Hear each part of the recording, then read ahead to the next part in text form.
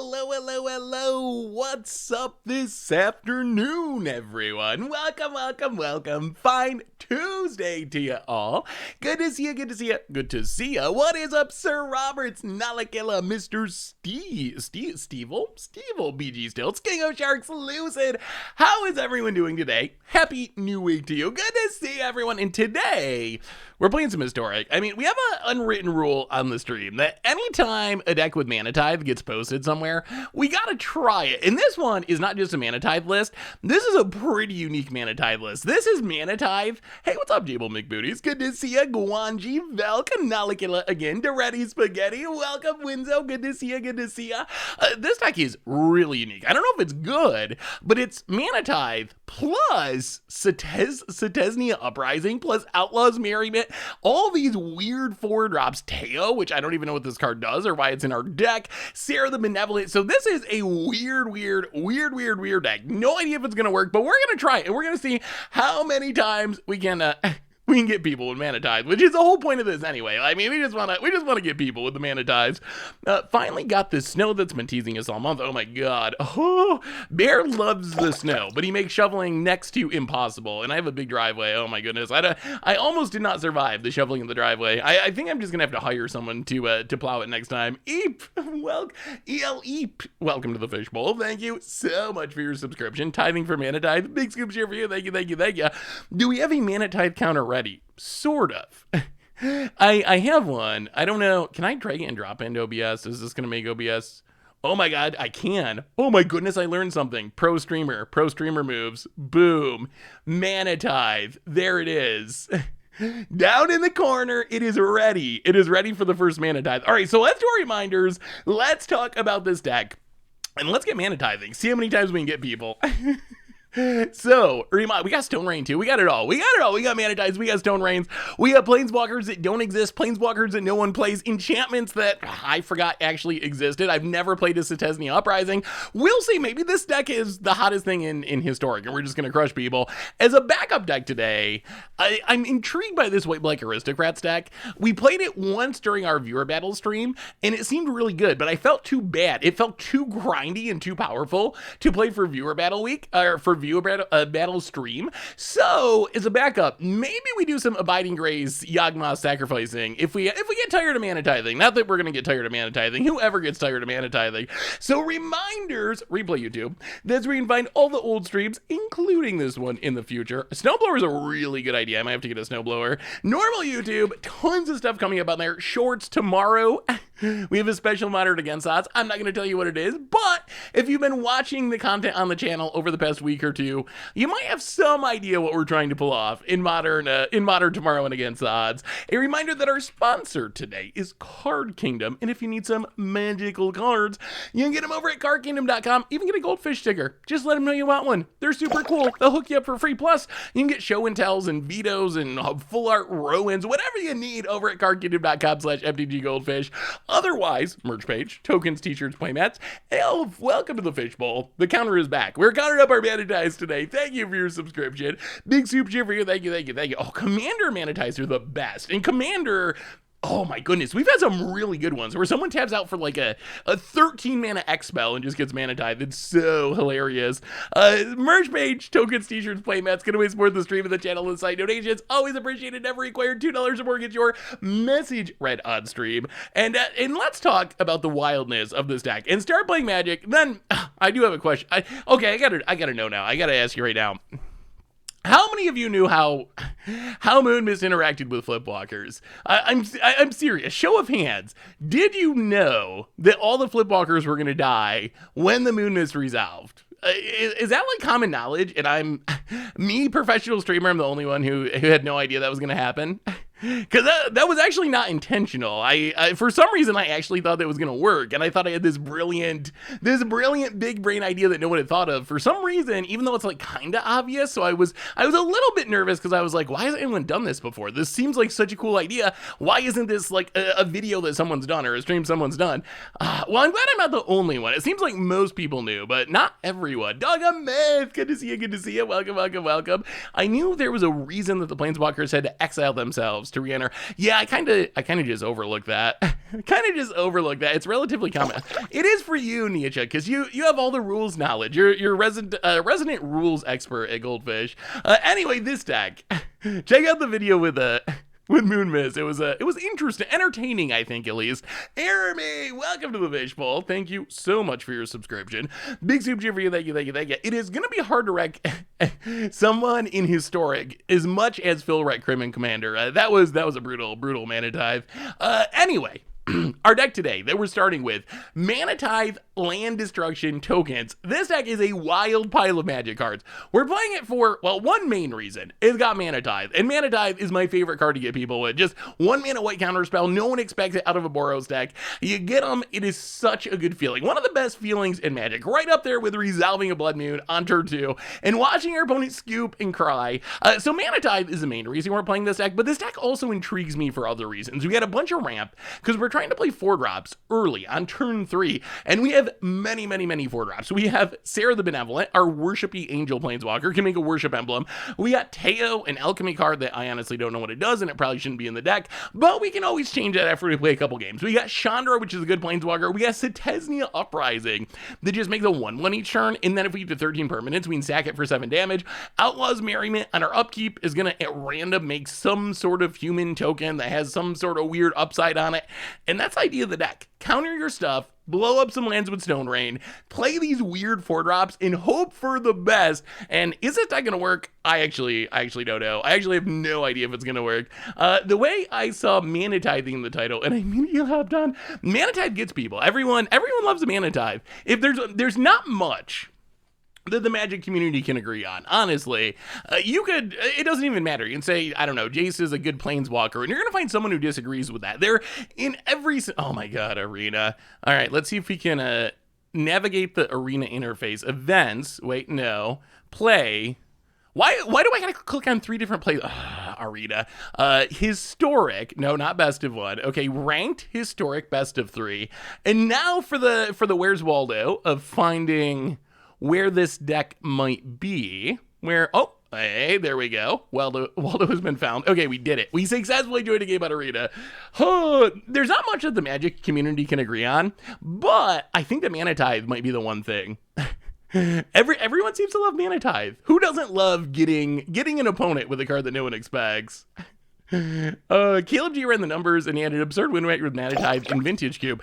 I mean, it's actually a pretty powerful card just because no one plays around it. Like, if you play against a blue deck, you're gonna play around counters. If you play against a Boros deck, you're not gonna play around counters, which makes it really effective. Like, way more than it should be based on its like actual power level in a vacuum. The Ghost deck faded. Welcome to the Fishbowl. White gets a mana leaker, we riot. I actually think, and this might be an unpopular opinion, but 1 land, 1,000,000 milestones, no Mana Tithe, mulligan.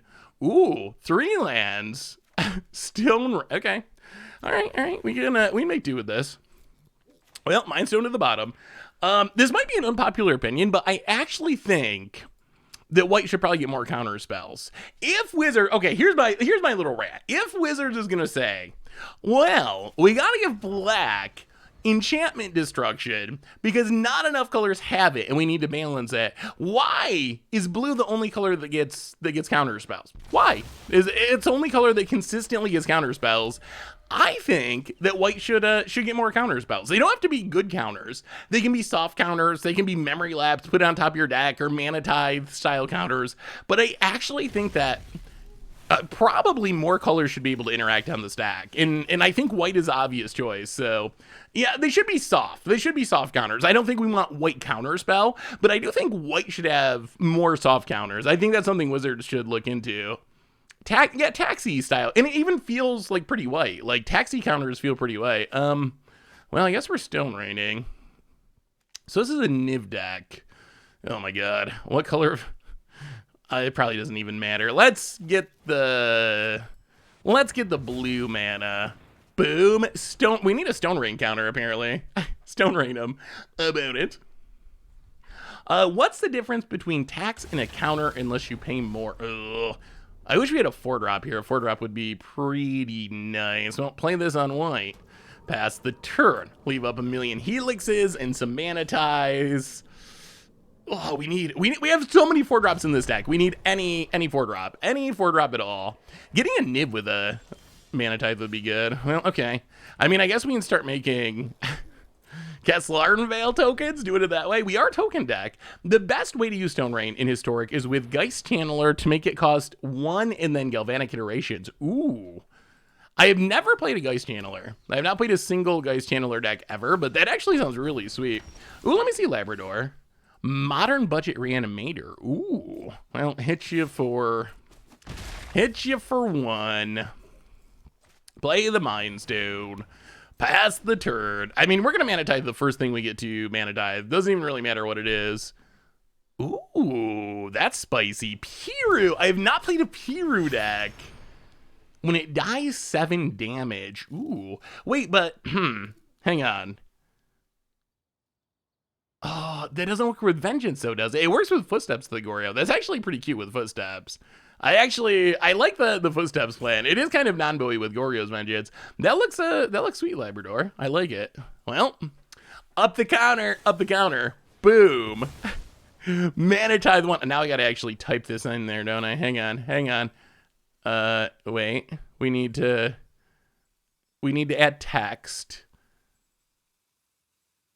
Add text. Boom. 1. Boom.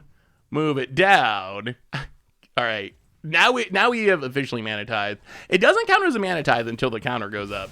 All right. Well, very first game, Mana Tithe number 1. Hitting a 5-drop even. Ooh, and a Chandra.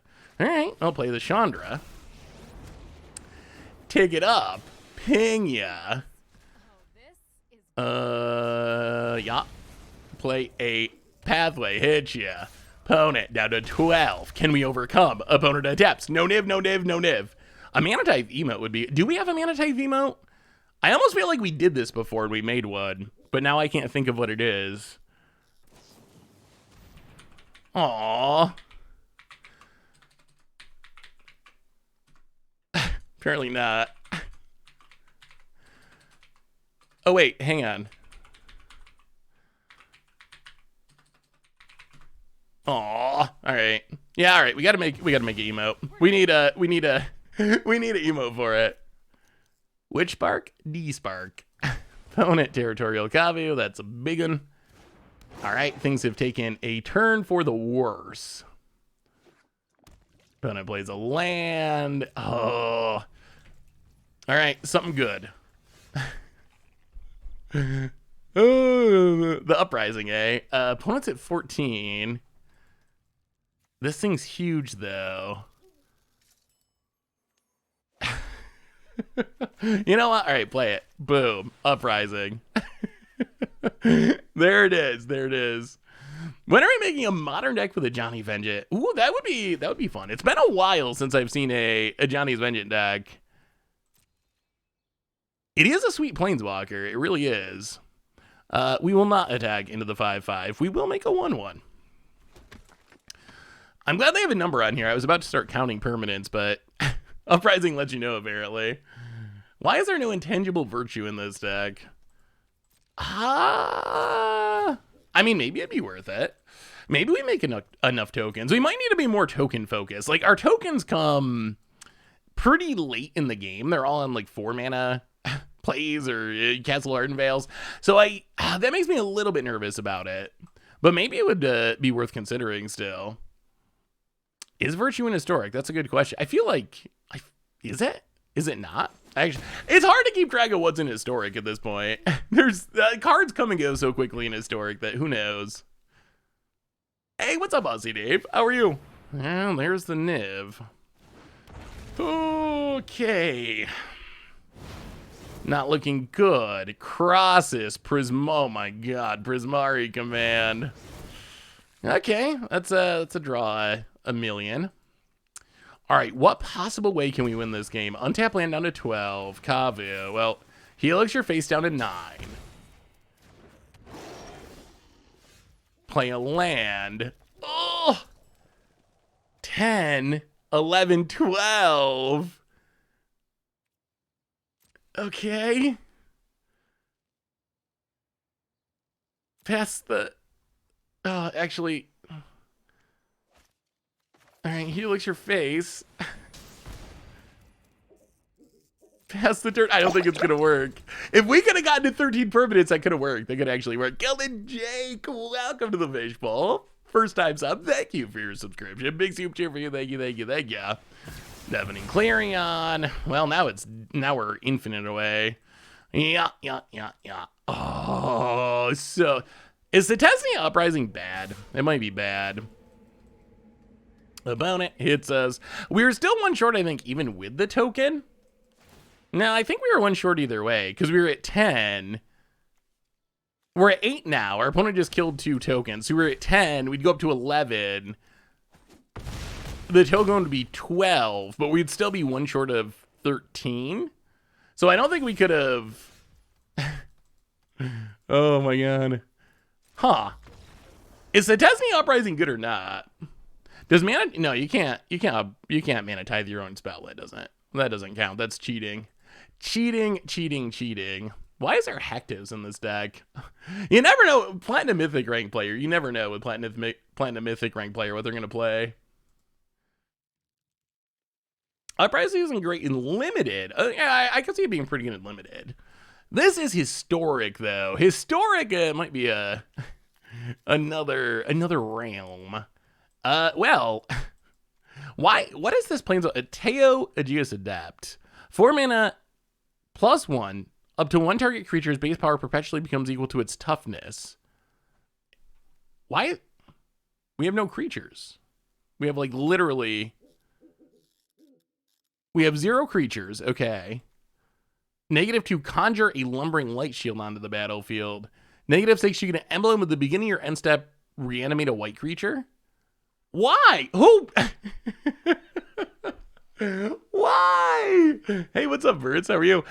Hey, Seth, wanted to say thanks for being such a positive member in the community. When we go out, we like to leave our TV on for our dog. The stream replays are the main thing we leave on because you're always so happy to be playing. Oh, well, thank you, Gilded Jake. I appreciate it. Why is Teo in this deck? Why? What does Teo even do? Okay, we might need to make some changes to this deck. The Mana Tithe stay, but the rest of this stuff. All right, we're gonna bring in Hectos because Teo seems incredibly bad. I mean, so this is a Platinum Mythic rank. It's a Meme or Dream deck essentially. It's one that Wizard said. Someone got 6 wins in a row, a Platinum rank or better in best of 3. I mean, Teo probably.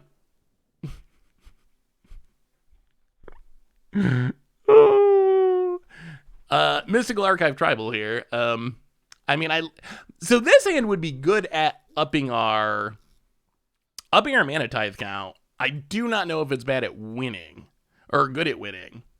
Little skeptical about the winning with this hand, but I am confident that we would add 2 to our Mana Tithe count. But I think we also want to win. I think if we keep hands that we are like very close to 0% to win just to Mana Tithe, that kind of defeats the purpose of Mana Tithing. Like that kind of defeats it, honestly, I would say. That was like someone asked me about the Big Bane Brews Gone Wrong thing, and like how would you do more of that? And you really can't. Like you can't make a deck that you know doesn't work just so you can record it and, I don't know, try to act surprised or something. Like that would not be entertaining. Like it's just one of those things that has to naturally happen. I think Mana Tithe is the same way. You can't take and intentionally keep hands that you just can't win so you can Mana Tithe. About it. All right, it's 4/4. Well, thankfully, we got a Chandra that can kill this territorial Kavu. Yeah, all right, well, threat 1 down. Ship the turn. Gonna need some Mana Tithes. How does this deck win? With tokens primarily from Outlaws Merriment and Setessan Uprising. Although the actual answer might be it doesn't. So far we have not managed to win with it, but we're only in match 1, so we got time. Opponent. By stealing your opponent's soul with a timely Mana Tithe, that is the That is the true answer. Well, take up Chandra. See if we can hit a 4-drop, maybe. All right, just a land. Hit ya, play a Mind Stone, pass the turn. I mean, opponent's at 16 and we got a bunch of burn. We're just short on Mana Tithes. Little short on Mana Tithe, opponent. More Kavus. Okay. And a tab land and passes. That's a Mana Tithe. 1, 2. Oh no, but we don't have white mana. Oh, we'll take up Chandra. Oh, wait, we can take up Chandra for red. We still don't have white mana. All right, take up Chandra. Cold Steel Heart. Oh, this is such a bad situation to be in. So, if we don't kill this Kavu, it's going to kill our Chandra. But if we kill the Kavu, then we're tapped out when our opponent can play a Niv, and then we lose to Niv.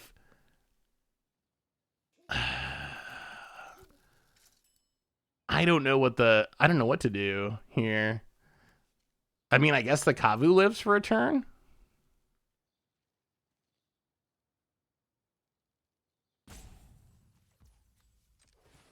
Yeah, I guess the Kavu lives. Playing on white. Alright, sorry Chandra. Opponent at depths. It was on red. We needed it on red to play the Chandra at the time, but then we top decked another red source. Do we kill it? Do we kill it and risk just straight up dying to a Niv? I mean, I guess we're dying to the we're dying to this Kavu too. Hey Seth in chat, have you tried Sporicle? A trivia website. All right, well, I mean, Helix you? A trivia website of MTG abilities and keywords. Can you believe the list was up to 238 starting with alpha? How many do you think you all could name? Ooh, I've never heard of that, long shots. You should send a link. All right, no 5-drop, please. Opponent also has lightning helix. All right, well, no 5-drop. Plays a land, gets a Jingatha, Den of the Bugbear, and crack this. Let's see if we can draw something of relevance. Like boom, Selesnya Uprising. Hey, what's up, Mediv? How are you? Good to see you. Winter Milan, welcome to the Fishbowl. Thank you so much for your subscription. Big scoop cheer for you. Thanks for all the holiday content. Well, you're welcome, Winter Milan. Niv, wow, that's cheating. You can't play around Mana Tithe.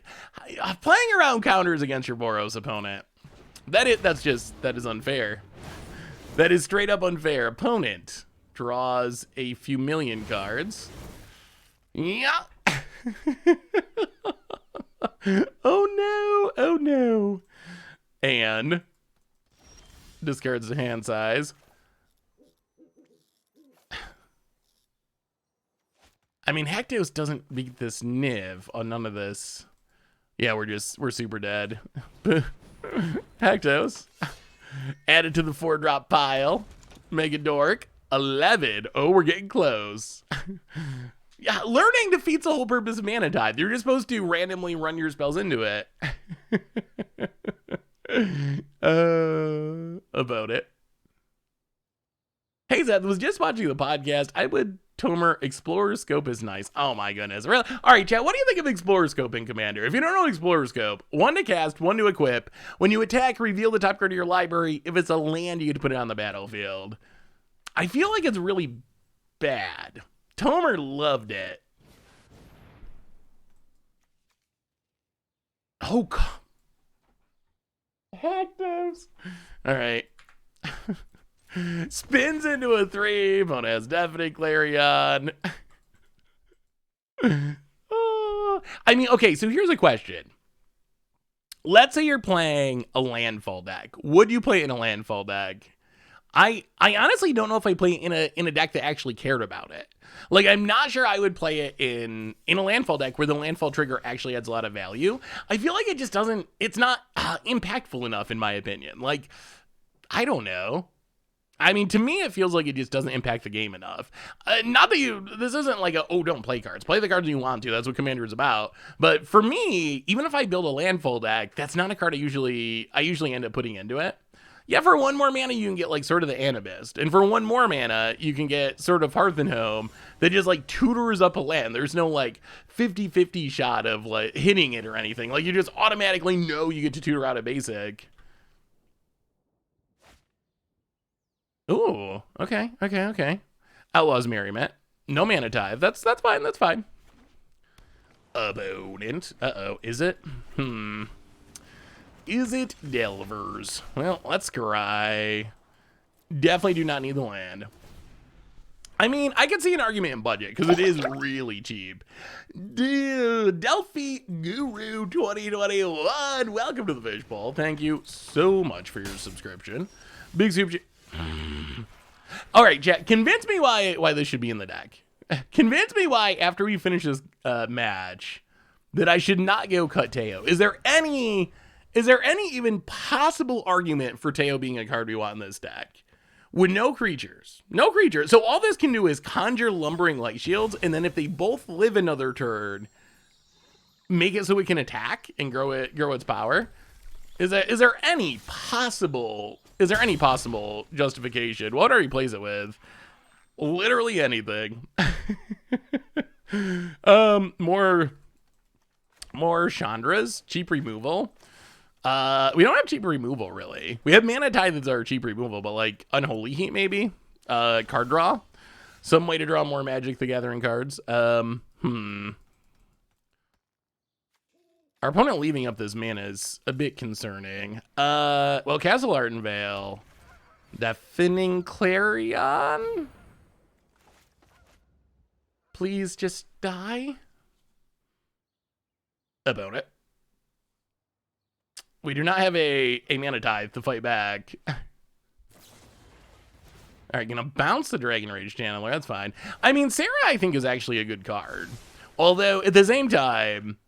So I guess we have tokens that can keep Sarah's emblem on. Like, the emblem on Sarah is actually kind of insane. There's a lot of decks. I actually think there could be a really good Sarah deck in Historic. I haven't built it yet, but I feel like that is a thing that could exist and be pretty strong. I'll play the land on red. Just because it pluses once and then you get a worship emblem, some decks are just not going to beat a worship emblem. I don't think this deck is really super designed to maximize its potential, but... Well, Teo's pretty bad. I guess we just Outlaws Merriment and hope that it saves us. Outlaws Merriment. Resolves. Upkeep starts making random dorks. Oh, Prismatic Ending would, I think, still be really good. I mean, if Territorial Kavu can be really good, I think that Prismatic Ending can be really good. All right. 2-1 Haste Lifelink. Well, hit you gain some life. If we can ever get to the point where we can ultimate this Sarah, I think we just win, basically. Well, this might distract our opponent. Distraction Teo. Distraction Teo. Please counter it. Draken! Welcome to the Fishbowl. Thank you so much for your subscription. Big subscription for you. Thank you. I mean, Teo could probably be good in the right deck. If you're playing some sort of like big butt defender Arcades deck or something. I don't think it's good in this deck though, because we don't have white creatures to reanimate. We don't have creatures whose power and toughness we want to be exchanging. Like only these conjured Lumbering Light Shields. Boom. Tax them. Tax that, consider. Would you like to pay an extra mana about it? Got him. All right, take it. I take it all back. Teo busted. Yeah, but they're light shield. But it's a Lumbering Light Shield. It's so bad. It's a 1/4. About it. Considering.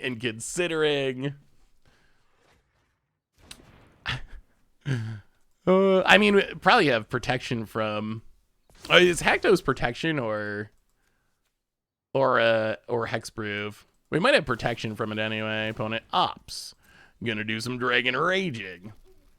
I mean, I don't even think it's gonna live to the next turn. I think our Teo's just gonna get sniped. We have a Mana Tithe in hand. We're just waiting. We're waiting for the moment when it's going to wreck our opponent. This is not that moment. I mean, I guess the Light Shield does survive the Deafening Clarion, which is something. Opponent gonna hit us, sure. Down to 11. We make a Haste Trampler. Well, go to combat, hit ya. I mean, maybe we just win this race. Opponent down to 12. Maybe we just try to win the race. Maybe that makes more sense than wrathing here. Because I mean, like, Sarah ticked down for a 4/4. Or we just wrath. Wrathing is also good. Ooh. All right, boom. Sarah.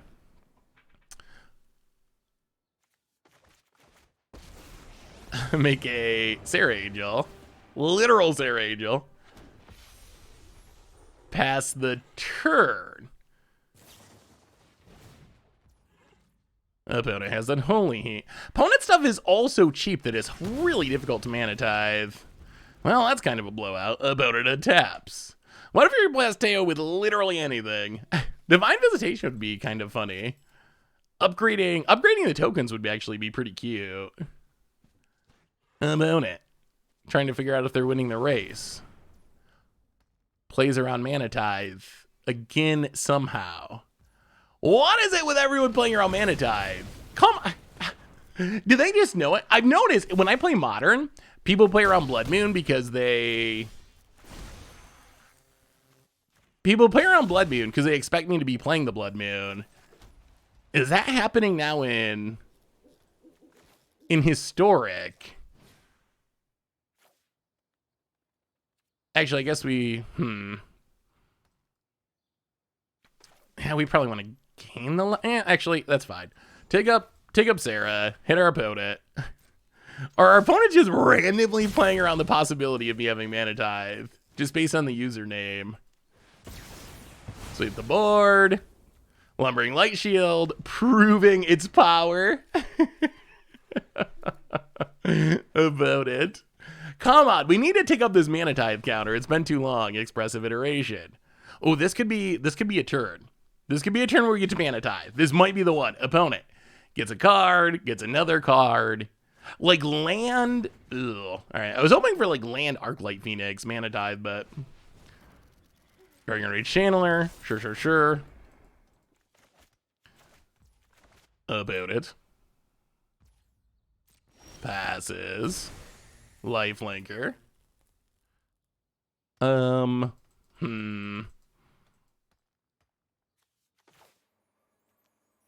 Deafening Clarion. Kill it. Lifelink it. Hit ya. Opponent down to 8. Take up the Zera. Sacred Foundry. All right. Save us, Mana Tithe. Save us, Mana Tithe. Opponent. I think we want to throw this Helix at our opponent's face at some point. Uh-oh. Faithless Looting. If they get a bunch of Arclights, that's kind of scary. Okay, and Arclight. Opponent ops. All right, so Arclight probably about to make a return to the top. About it. Faithless. Okay. Boom. Add one to the counter. Got him. All right, number 2. Mana Tithe number 2. About it. Gets an Arclight. Goes to combat. Oh, 3, 4, 5, 6, 7. Oh.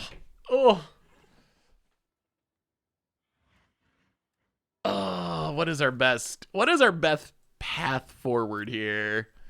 It's so close to lethal, depending on what we spin into. I think we're going to take it this turn. Down to 5. Untap. Oh! That looks like lethal. Boom. Lumbering Light Shield. Hit you to 5. Helix your face. And Helix your face? Ah, we gotta win. We actually gotta win. Okay. That was a Mana Tithe win, maybe. What if that Faithless Looting put 2 more Arclight Phoenix in the graveyard? We'd be super dead. That was Mana Tithe. That was Mana Tithe. Okay. So it's possible to win a game with this deck. We learned that. The Deafening Clarions were actually good. These Stone Rains seem pretty bad in the matchup. Graveyard Hate seems pretty good. Haktos, I don't know if that's ever good. Although, actually, like, opponents got a lot of 1s. How are they going to deal with this? I feel like Teo... Does that make Teo... Are those a Teo win? I don't know if that's making me come around on the possibility of Teo. I still feel like I'd rather have basically any other Magic card than Teo, but even a Haktos. Haktos is any other Magic card, so it's coming in our deck. Haktos is funny. It never works out nearly as good as you think, but it is a funny card. Yeah, I guess try it like that. I mean, the Chandras, I guess, would be okay.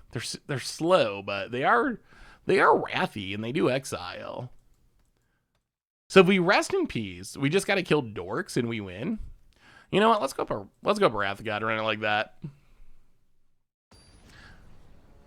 Haktos with Winota, yeah. That reminds me of like old school Winota and standard Winota. That's Mana Tithe. Mana Tithe, Snap Keep. Yeah, we'll just scry. Ooh, Selesnya Uprising. Oh, Clarion to the bottom. We need our lands. Do you think that Wizards is going to jam Top or Jitte into the new comic hour to help sell the product, or does the Neo draw, or is the Neo draw enough to sell it?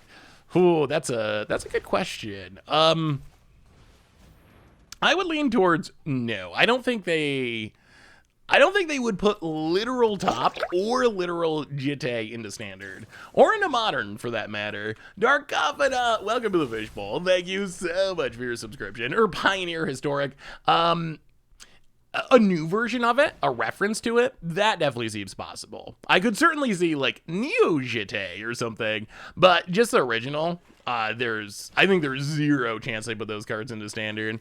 Opponent Fabled Passage. I mean, the basics will move packs. A Secret Lair drop actually makes a lot of sense.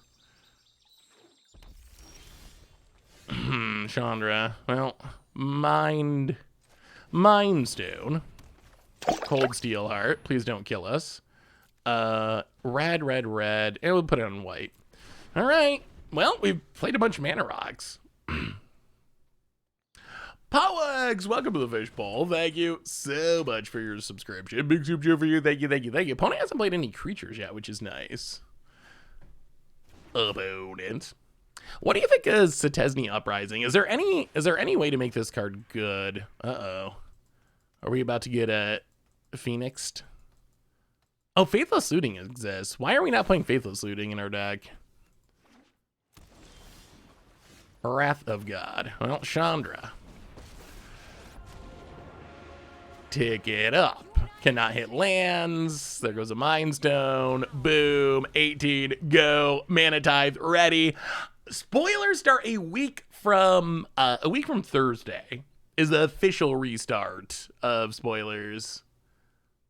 Okay, chat. Should I order Modern Butts? Should I order Modern Butts or Abzan Rights? I need one so I can start going to in-store play. Ooh, I think that Abzan Rights is probably more competitive. Butts is really fun though too. But I think if the goal is partly to win, no one expects a Mana Tithe. Save that Chandra until you get back your Phoenix, but still, it counts. Number 3, Pillar of Flame, Arclight Phoenix, Boo and Hiss, hits the Chandra. All right. This deck has a lot of Mana Rocks, doesn't it? many mana rocks. Well, play the Uprising, make a dork, pass the turn. Got any Mario Kart stream planned? I just got it. Ooh, I gotta explore it more. Is there a way to play against viewers? Maybe that could be a good community day, a good community day stream. Opponent gets an hits us. Well, go to combat, hit ya. Oh, the greed. The greed. Deafening Clarion. Wow, that was a greedy block. Greedy block to kill 1/1. Cold Steel Heart. Go. Twice as many mana rocks as lands. About it. Yeah, we got recipes in our main deck. Or we got recipes in our deck now. It wasn't our sideboard. It is in our deck. Devil BT, welcome to the Fishbowl. Thank you so much for your subscription. Big super cheer for you. Thank you. Well, Castle Arden Vale. 1, 2, 3, 4. That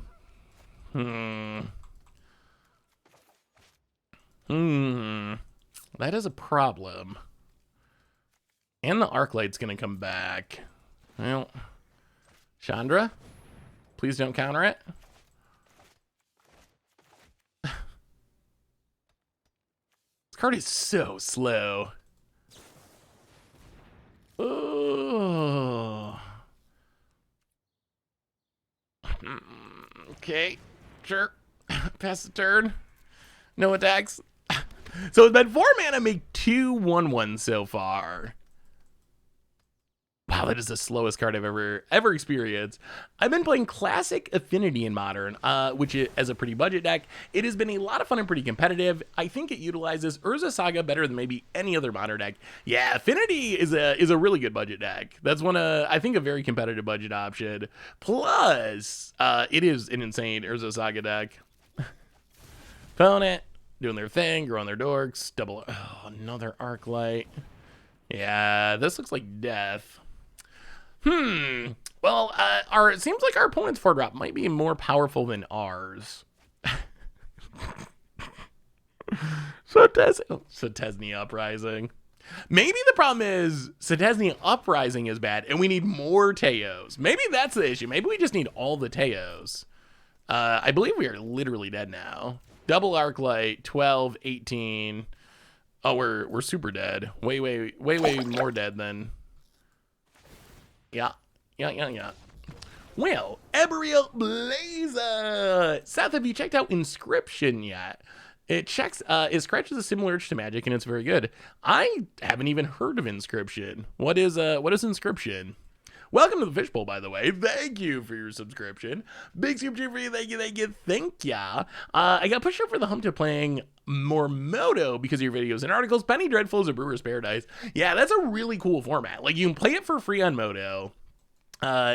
And there's a surprising amount of cards that are a penny. So it's actually got a ton of stuff that you wouldn't expect. Like, when you hear only cards that cost a penny, you think, oh, it's going to be like, random janky commons and maybe some uncommons. But there's a lot of rares and even mythics that are only a penny. So you actually have a ton of cards to play with. Interesting. I might have to check out Inscription. It seems like people like it. Yeah, we don't have much that's. We just got to get the rest in peace, I guess. Yeah, we'll have to see if there's a way to do like a viewer battle Mario Kart Switch stream. Penny Dreadful rotates every set release, I believe. Well, there's a rest in peace, but nowhere near the lands to cast it. Okay, rest in peace plus lands that we will accept. Mindstone to the bottom. Well, okay. Amiria's Call tapped. Well, rest in peace. That was goal number 1. Yeah, so I believe Penny Dreadful, the way they do it is it's cards that cost a penny when a set releases, and then when the new set releases, it resets essentially, and it's cards that cost a penny when that set release are legal until the next set release. So it doesn't adjust like every day or something, thankfully, or that would be ridiculously hard to keep up on. So it's basically a penny on set release day or whenever they update around set release day, and even if the price goes up after that, you still have the ability to play that card until the next reset or rotation or whatever you want to call it. opponent. I mean, I would imagine that Penny Dreadful, I bet it actually impacts the economy a little bit. Like, I bet cards that are really powerful and are a penny go up to like 3 cents or 5 cents or something as a result of people getting them to play Penny Dreadful. So they probably would have to do it that way for it to really work. Chandra into a potential counter.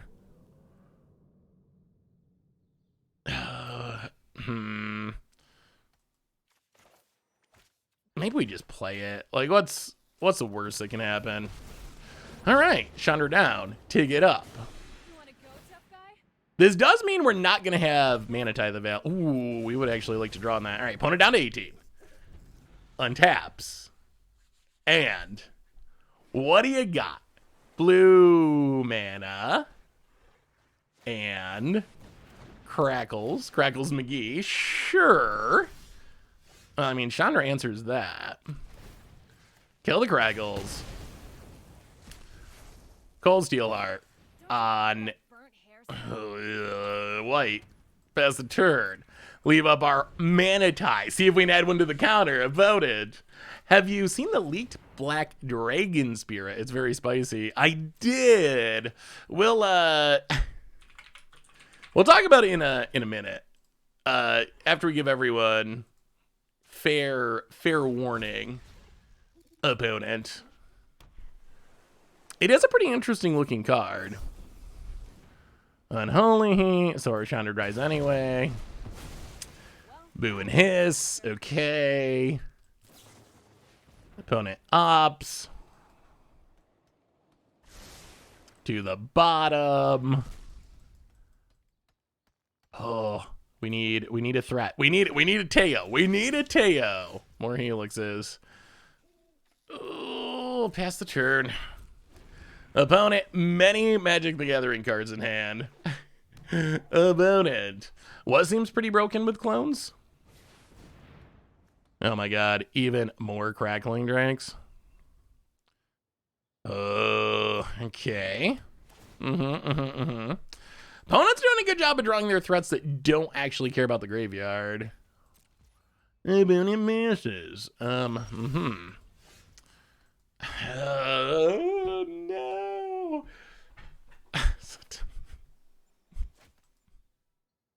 Selesnya Uprising. Oh, the problem is if we go after this Crackling Drake, we got to cast multiple removal spells, and our opponent can easily let the first one resolve, counter the second one, and then we essentially just like get so wrecked. Opponent, would you like to counter Selesnya Uprising? Apparently. Well, I mean, we gotta get the negate value while we can. Boom. Counter that negate. Mana Tithe part 4. We've Mana Tithe many times, which is good. That is something that this deck has going in its favor. I think it's too risky to tap out and risk losing our Den of the Bugbear to one of our opponents. Unholy Heats are another removal spell. Plus, if we do that, then we can't Mana Tithe. About it. Brazen Borrower. Oh, yeah, Crackling Drake is tough. That 4th toughness, Brazen Borrower bounces our token. Sure. Hits us for 1.5 million. Selesnya Uprising is so questionable. It might be the worst Bitter Blossom of all time. Well, I mean, we gotta go for it. Boom. Take that Crackling Drake. So this is the nightmare. As this resolves, our opponent's like, sure. And then we go to Lightning Helix, and our opponent counters it, and then we get so blown out. But I mean, what other choice do we have? We don't really have an option. Yeah. I mean, such is life. Opponent.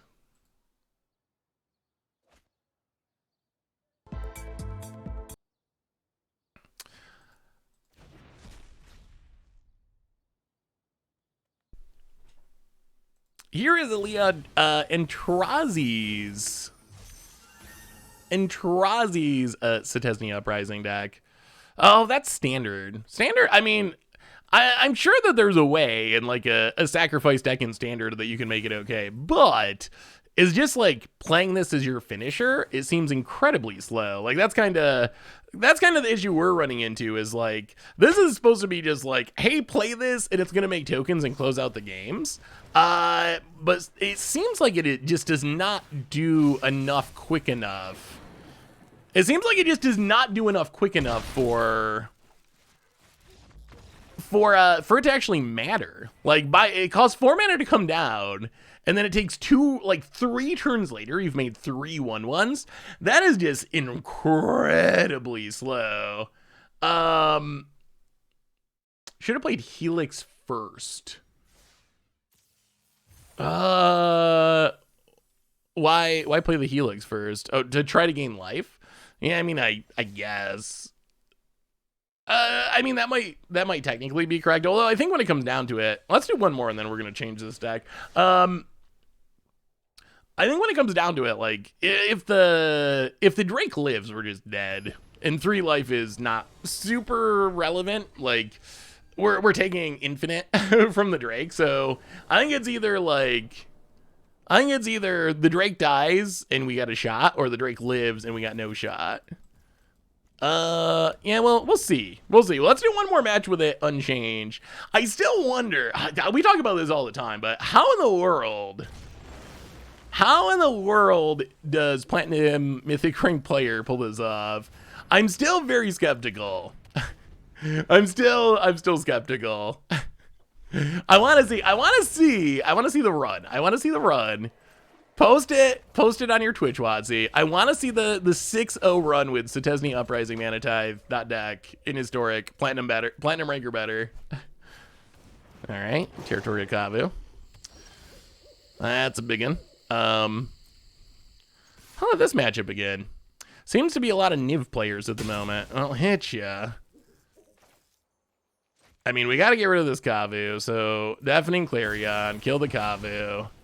Well, go. If Selesnya Uprising is ever going to be good, this is its chance. It came down on turn 3, as quick as it can come down. It's against a deck that hopefully can't deal with it. Like, if it's not good here, it's... Just kidding about the deal with it part. Well, still dead. Oh my god, oh, wait. Wait for it. That Kavu was not expecting the Mana Tithe. All right, we're gonna play the better one in Outlaw's Merriment. Hit ya. I thought we were dead, but we got saved. Opponent. How many Kavus do you got in that hand? Oh my goodness. And Expressive Iteration. Oh golly. Okay. Well, that's a lot of Kavus. Opponent. Boom. Ping ya. Take that, opponent. Land on whatever. Cold Steel Heart. Play it on white. Selesnya Uprising. Play it. Here comes the dorks. Here they come. Boom. 1/1. It only takes 5 turns of Selesnya Uprising, and we can stop a 2-mana Kavu. Only 5. 5 turns on the battlefield, and a 2-drop is done. Opponent hits us down to 15. Well, 5 turns without a Deafening Clarion. We forgot to add Deafening Clarion to the equation. More lands. Well, it's a lifelinker. That's something. Hit ya. Who would win a 4-mana 1/1 or 2? A 4-mana 1/1 or 2-mana 5/5? We're learning the answer to that question. Give it a minute, and we will find out about it. We've never even seen one of these be sacrificed. We have never gotten anywhere near enough permanence that we could actually sacrifice it for damage. Opponent. As I mean, I guess we can jump block with a castle token. can't jump block that. Okay, so we got to draw a Crosses removal. We got to hope that the cards our opponent drew are not good ones. I mean, if we don't jump block, we can get to sacking this Uprising, which actually is probably necessary. Like, we're dying in many ways. Let's see, we're at 10 permanents, 11, 12.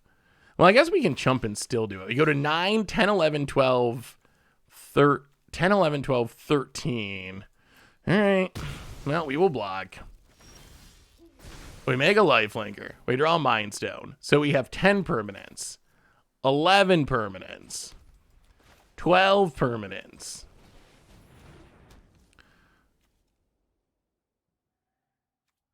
Go to combat. I guess we might as well attack. Gain a bit of life. Yeah. So back down to 11 permanents. Make a token 12 permanents. Haha. Yes, please. We don't want to see this anymore. Boom. Oh, we did it. We did it. We did it. About it. Do we want to sack it? I think the answer is we can't beat across this if it stays on the battlefield. So I think we have to. Like, leaving it on the battlefield would be nice, but I don't think we have any choice there but to. Yikes. Well, this is the kind of draw we're not going to beat. 3 Kavus, a Crosses, all the Deafening Clarions. Huh. Maybe this deck is lacking power. I feel like this deck might not have enough power to actually compete in Historic. Yeah, I mean, I wish the payoff was a little bit higher. Getting to 13 permanents, as we've seen, is not actually very easy. And then 7 damage is not actually very much. It probably should be a bigger number, I would say, to actually make it a maybe somewhat competitive card. Well, second Mind Stone, draw a card. More Merrymans. More Mind Stones. Boom. 3 to the face. Opponent passes. Oh, well, we knew it was only a matter of time till our opponent hit the Niv. 1, 2. Well, they only drew 2, but they're 2 pretty good ones. Expressive Iteration and Binding. And more. I think we gotta take out Teos. Teo's so bad. Opponent. Territorial Gavu. Hits us. Oh, and this. Oh, they have Maelstrom. Oh, that's even worse than Binding. Oh, that's both of our. Yeah, I mean, once they cast that, I think we skew. But like, without these Merrymans, we don't have anything going for us. At least the Merryman, like the tokens are like kind of good. Better at least than just 1/1. They actually have some amount of relevance. I don't know how we ever kill a Niv or a Kavu, honestly. Haha, can this do anything? No, not really. Well, I mean, we'll cast it. Yeah, I mean, we actually just concede to the Maelstrom Pulse. Without the Outlaws Merrymans, we just have literally nothing going on. And our opponent has a very lethal board. The Tony Mac, welcome to the Fishbowl. Thank you so much for your subscription. Big super chat for you. Thank you. Helix, sure. All you need is 13 permanents. Easy breezy. After the last Chaos Warp on Commander Clash, I don't know if I should play Chaos Warp. Maybe Tomer's right on that one. Last time I cast on Commander Clash, what did I spin fill into a Sandworm Convergence to get rid of something that was not Sandworm Convergent, like a 3-drop. I don't even remember what I was killing, but something that seemed relevant at the time, but definitely not relevant compared to 8-mana enchantment. Huh. Okay. Nive. Well, see if we can spin into the 3 with the Haktos. Maybe Fateful Absence can actually kill things. Lightning Helix doesn't seem like it can actually kill anything relevant. Teo down, Chandra up, boom. Oh, it was a Smothering Tithe. Yeah, I mean, the Smothering Tithe was worth killing, but it's unfortunate that it spun into an 8-drop. So how do we go about fixing this deck, chat? Mandatory Phages? That would add to the chaos. Oh, yeah, I guess taking out Clarion, I guess it's worth it. We don't, yeah, Clarion's not great. We don't have a lot of great options, but I guess Tail might be better than a Clarion. Chaos Wand is a funny card. Opponent.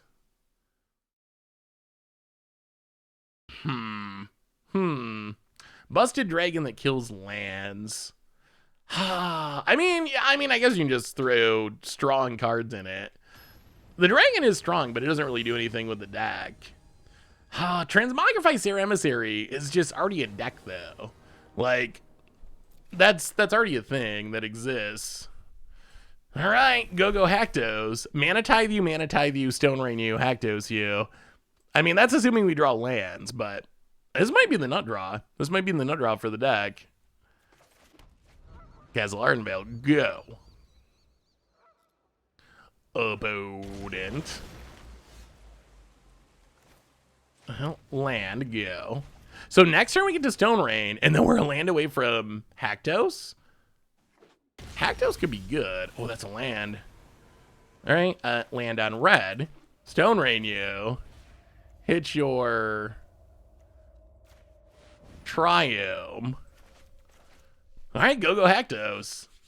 Come on, Haktos. We might have a chance here. Haktos and then back it up with the Mana Tithe. Okay, about it. Thinking. Wondering where their land went. Playing another tap land. Oh, actually, this is way better. Sarah. This is we might actually be able to do the Worship Emblem. Okay, Sarah, go. If our opponent can't kill it right now, we get the Worship Emblem, and that might be our recipe. Territorial Kavu, okay. Sure. I mean, not good for us, but sure. Opponent plays a land. All right, land. Haktos.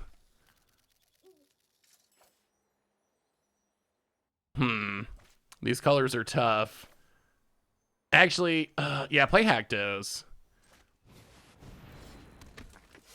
Oh, again with the 3. Oh, we got no luck. Spinning into the 3 again, which is the worst. That's the one that dies to Deafening Clarion, which we know our opponent's playing a million copies of. Same exact, last time we rotted Haktos, it did the same exact thing. Spun into the 3 and then died to Deafening Clarion. Did you ever look at the mobile revenue for Arena on Sensor Tower?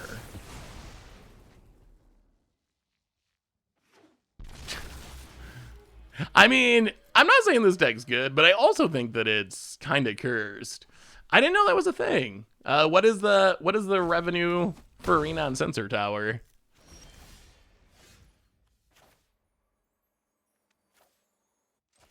Well, Outlaw's Merriment, I guess. Go. Opponent. Yeah, Sharn. That would have been a nice one to Mana Tithe had our mana worked out. Nothing to find. Opponent hits us. Okay. Well, now the question is, can we actually keep a token out? We have a Worship Emblem. We have a Worship Emblem. But can we keep it on the battlefield? Tap land. Stone Rain you. Blow up your doesn't even really matter. Blow up a Triome. Pass the turn. We need these tokens to build up a little bit so we can hide behind this emblem and maybe stay alive. Save us, Mana Tithe. Save us, Mana Tithe. Attacks, loots, we go to 1. Interesting. I wonder, I don't know much about Sensor Tower. Okay, we go to 1. I wonder how that actually is calculated. Opponent passes. Token. Well, we're not casting Deafening Clarion. Hit our opponent. Down to 20. Ugh, the problem is if our opponent finds a Wrath, it's pretty not good for us. Opponent. I guess we can use Den of the Bugbear. Like, maybe this Sarah emblem's gonna get there. Niv. Well, that's not happening. Boom. We've gotten 6 Mana Tithes, and that was a good one. That was a really good one. Hitting a Niv is the best. I wonder if there's a Sarah deck. I wonder if you could actually build a Sarah deck. Like, the emblem is seeming really strong right now. Opponent doesn't even want to loot. Interesting. Hits us back to 1.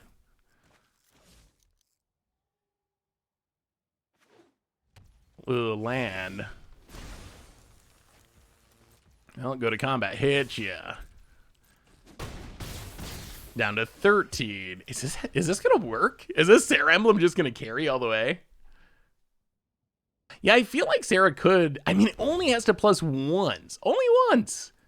To ultimate. Like, that makes me think there's actually a way that it could work. Plus, worship is really powerful. The problem with worship...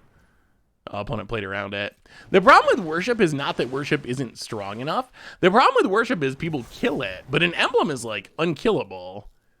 Opponent hits us. Opponent's getting scared. Opponent's actually, they're leaving back things on defense. They're afraid. Opponent's got the fear. They got the fear of the Outlaw's Merriment tokens. Well, I mean... Make a 1-1. Make a 2-1. Oh. Pass the turn. Opponent untaps. Land. Binding the Old Gods. Alright, that's not good. Gonna blow up the Outlaw's Merriment. How do you kill us, though? How do you kill us? How do you kill us? I mean, Merriment feels a lot better than Uprising, that's for sure. Opponent loots. The tokens are actually, like, not bad. 3 1s and 2 1s and abilities. Eston, welcome to the Fishbowl. Thank you so much for your subscription. Big super chat for you. Thank you, thank you, thank you. Opponent hits us for 0. Good old emblem. Castle Ardenvale. More lands. Pass the... We need to leave up the ability to make the token at instant speed, because the way we lose here is our opponent wrathing our board and then attacking. Like, that gets us. However, if we leave up instant speed token production, we should be able to survive. I just want to say I found out about the free Moto Vintage Cube thanks to your stream. Okay.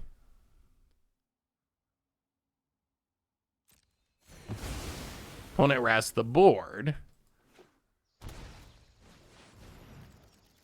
Ha! Ha! Ha! 2 in 1 game. 2 in 1 game. Yes. Oh, that makes it all worth it. Oh, we don't have the white mana. Okay, that's a bummer. Pass the turn. We're up to 7. Chandra. Take it up. Oh boy, those were good. Ooh, land, okay. Hit ya. Might as well Stone Rain. We got nothing else going on. Blow up a land. Do you think there's a future for MTG and esports? Oh, welcome, Rolf, by the way. I mean, that's a really tough question. I think Magic can do better than it's currently doing in terms of being an esport. Can Magic ever be League of Legends or something? I don't think Magic has potential to be that. I don't think it can ever be. All right. I don't think it can ever be like one of the top 5 esports. Even though, you know, they used to say they were. So I don't think that can ever happen. But, ooh, Tail for the win. But I do think that Magic can do a lot more than it has done so far as far as becoming an esport. All right, go Teo.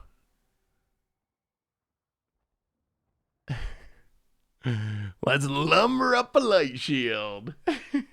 But I think there's some real questions as to what the future holds. The best news recently has been Wizards. You did miss 7 Mana Tithes, including 2 Nivs in a row this game to actually give us a shot. And now Salty Roping. That's Mana Tithe. That's on Mana Tithe. All right, we're gonna get lumbering. Tax whatever our opponent's got in hand.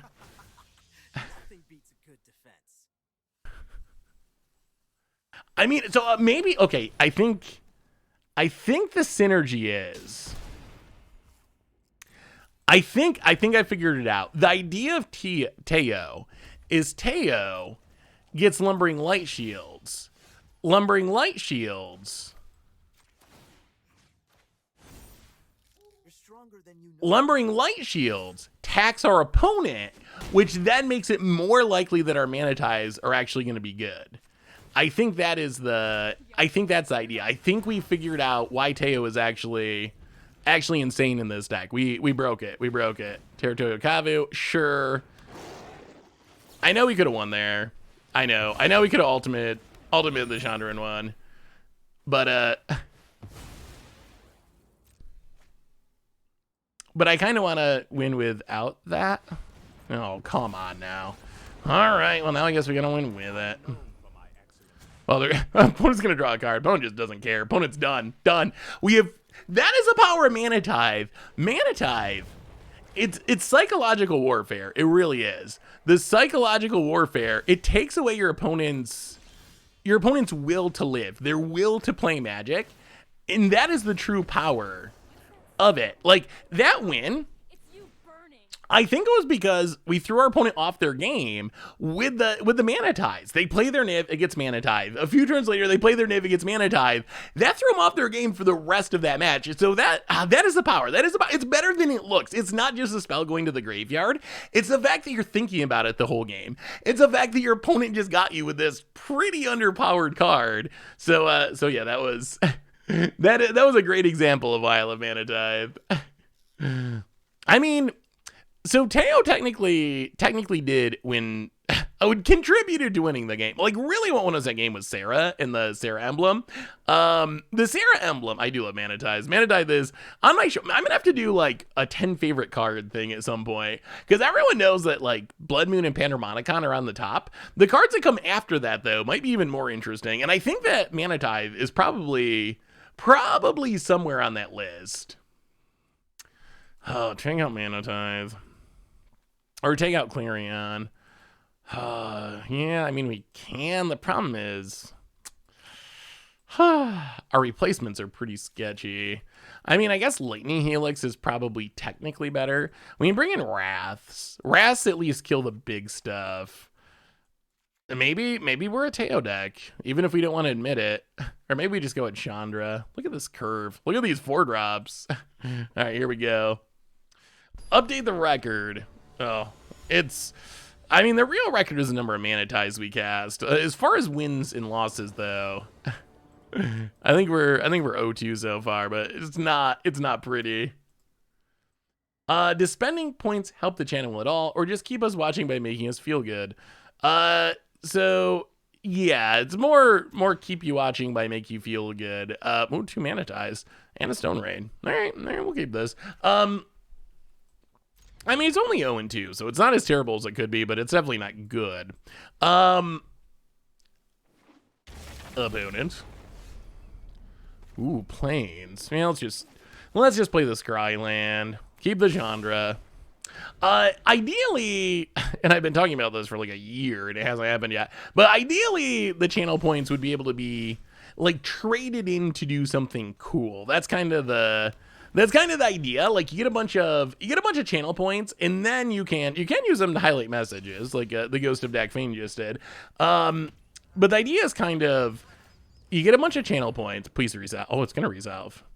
You get a bunch of channel points. Oh my goodness. Oh, this is our chance. This is our chance. One land against the Niv deck. Oh, opponent draws another land. All right. Boom. Chandra, take it up. Ignore the Uprising. We don't want to be doing that. Teo, 2 damage. Down to 21. Mana Tithe in hand. Opponent. Expressive iteration to find lands. Oh, I wish you could have Mana Tithe that. Opponent. Gonna find their land drops. So eventually, hopefully, they will be used for something. But like I said, I've been saying that for a while, and it hasn't exactly happened yet. So, but I still think it will. The hard part has been figuring out exactly how to price stuff and exactly what to do with them. Opponent facing down a Chandra and a Selesnya Uprising. There's no way. No way our opponent's getting out of this. 2 Mana Tithes in hand. Opponent doesn't even know how dead they are. Clovis. Boom. Mana Tithe. Number 8. The most busted card in Historic. We're going to win a match. It's happening. It's definitely happening. Another one? All right. Take up Chandra. Oh, this is everything coming together. Oh, we're going to win by firing off both of these Selesnya Uprisings, aren't we? That's 11 permanents. Oh, come on. Land Niv, Mana Tithe. Untapped double Uprising. Sure, Chandra down. Yeah. I don't need this. About it. Passes. Oh. Go to combat. Hit ya. I mean, I think we gotta go for it. Oh, but they could answer it. We'll just, do we just go for the win? If they have removal, we get blown out. We can make a castle token, where only one would go off anyway. You know what, we're gonna wait. Next turn. Next turn's the turn. Only one would go off this turn anyway, and we wouldn't be able to leave up our Mana Tithe. So I think waiting, yeah, opponent had removal anyway. Well, I mean, boom, Mana Tithe. Not gaining that life, not in Mana Tithe's world. 9. I will say I think this is the most Mana Tithes that we've ever... Oh, come on now.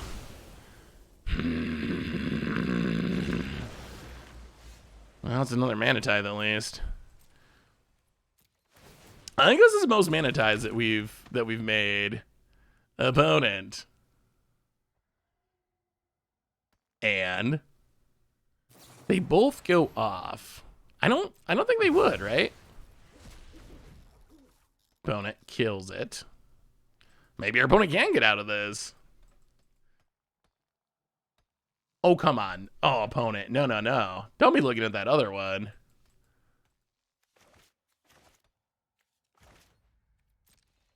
Opponent passes. Well, make a 1/1. Go, Castle Ardenvale. Another Uprising. Hit ya. I want to see an Uprising go off and actually work. You lose a permanent for the second one. Well, all right, boom. Mana Tithe 10. Mana Tithe number 10. Hey, what's up, Zach? Opponent down to 10. Uprising. Took him up. Opponent. Yeah, you do go down a permanent. That is true. So yeah, I guess it could. Again. Well, Chandra. Anyone who stands in my way. Took it up. Makes up token. So many deafening Claria. Come on. 11. Next turn. We're gonna win with these Uprisings. Don't scoop, opponent. Just take the Uprising beats, please. Please. Opponent. We're so close. Oh! Now. Oh, wait. Not over yet. Emblemia. Uprising. It's impossible. Against the odds, Selesnya Uprising is impossible. It can't be done. It can't be done.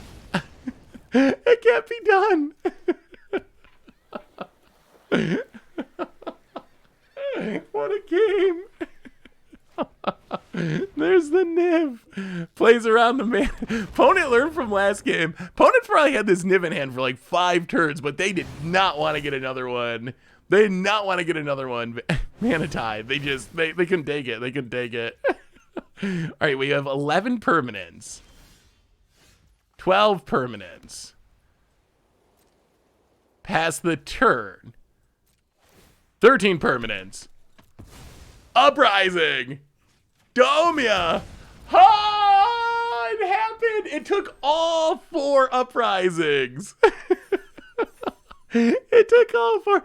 Okay, that's really all I wanted out of this deck. We did it. We did it. 10 Mana Tithes in 3 matches is a record. I don't think we've ever gotten that many. And then, oh, hey, what's up, Groovix? I thought you had, oh boy, I thought you had that one for sure. That is a tough matchup. Plus, you can kill our uprisings like crazy. Oh, all right, let's see if we can. All right, so what do you think, chat? What is your opinion? We got 2 options. Option A is do a little rebuilding on this deck and do some more Mana Tithing. Option B is check out this Aristocrat Sacrifice deck that we played 1 game with on Thursday during the viewer battle stream, but then decided it was too brutal for viewer battles. What would you prefer? Not Morteos. I don't know why I always ask these questions, because the answer is always mixed. Some people want one, so A for aristocrats. Please, aristocrats. I mean, I don't know. Actually, here's option C.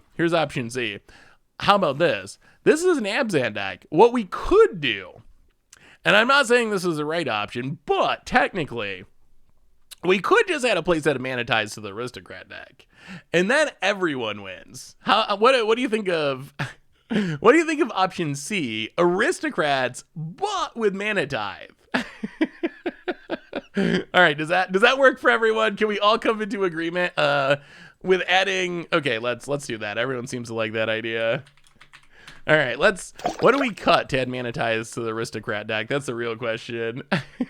Nittany Scout, how many people catch you in a bit? Good to catch you stream. Hey, good to have you, Nittany Scout. 3-year resub. Welcome back to the Fishbowl. Thank you so much for your subscription. Big super cheer for you. Thank you. The question is, what do we cut to make room for the Mana Tithes? That's going to be the tricky part. Shambling, maybe like 1 Shambling Ghast, 1 Cauldron Familiar, 1 Rite of Oblivion. Hopefully this doesn't weaken it too much. And Abiding Grace is like the reason we're playing this deck. Like a Village Rites? Something like that. So the 1-drop, so this deck, I don't know why Mana Tithe, because I have it typed in here. All right. So this deck, it's Aristocrat deck. The idea is, it's a cool take on Aristocrats. It does have Cat in Oven, but the real idea is we're building around Abiding Grace. Abiding Grace can reanimate a 1 mana value creature on your end step every single turn. So the idea is, we can sacrifice Cursebound Witches and Shambling Ghast for repeatable value, keep getting them back. Witch's Oven sacks them, Village Rite sacks them, Deadly Dispute sacks them, or Yawgmoth sacks them. And that's essentially the idea of the deck. Just grind out that value again and again and again and again. Is the full playset necessary? I mean, necessary probably. I mean, necessary to win, no. Necessary for the sake of our stream, probably. I mean, probably. We could just cut 4 lands. Cut 4 lands for 4 Mana Tithes.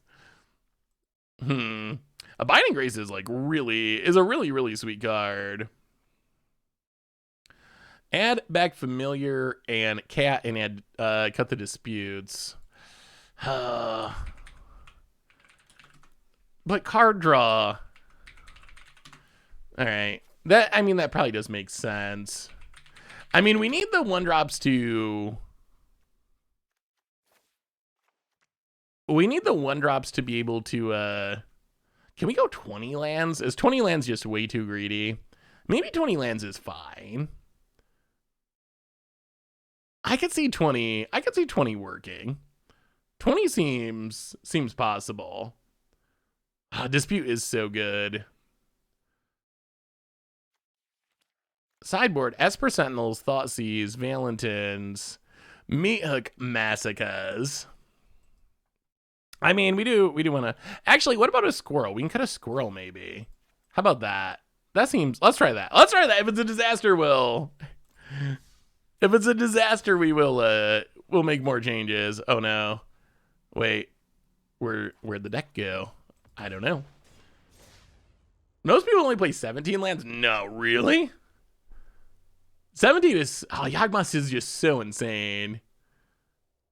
20 lands might be fine, though. We do have like a million 1-drops, and we can make treasure tokens. A reminder that our sponsor tonight is Card Kingdom, and if you need some magical... Oh, I guess, actually, I should probably export this, shouldn't I? Hang on. Our sponsor is Card Kingdom. If you need some magical cards, you can get them over at cardkingdom.com. I think this... I'd have to go back and check. Old streams, but I'm pretty sure that we are at least on pace to break the record for most Mana Tithes in a single stream. I don't know if we've ever got 10 before, and we're just going to the second half of the stream. We got a ways to go. I think this is a record-breaking performance. I really think it is. No matter what our record is, we'll always have the record. All right, updating the deck list. Is there a way to organize your decks on Arena? I do not believe so. So what do you think of these numbers? Does anyone know? No Mana Tithe, but we do have a Deadly Dispute. Whatever, that's fine. Does anyone know about this site? So someone linked this. Sensor Tower apparently keeps track of. And I don't know exactly how they do this, but keeps track of mobile game data and revenue and downloads. Does anyone know if this is legit? Number one. Number two, what do you make of these Arena numbers? So there's all these random Wizards games that I don't think anyone cares about and doesn't really make any, meaningful amount of money. Arena, almost $1 million of revenue in a month. And then downloads, 100,000. I don't know. Again, I don't know if this is... I don't know where they get these numbers from. So I cannot vouch for the accuracy of any of these. Let's just play the land, play the squirrel. Oh, is this elves? Elves with good mana. That's scary. For reference, Hearthstone is 2 million. Wait, Hearthstone is what? Oh, it's land. Oh no. All right, let's look at Blizzard. I'm curious. Hearthstone, 2 million, same amount of downloads. So that would mean that Magic Arena, if this is accurate, is roughly as popular but half as profitable as, and this is just for mobile, but as Hearthstone. Interesting. Well, one thing I know is you don't want to lose a die roll against land destruction. That is a good way to lose a game. The other thing is, even if... No, that's just for mobile, not PC. The other thing would be, like... This is a pretty meaningless amount overall. Like, let's say these numbers are accurate, and that Arena on mobile made $1 million last month.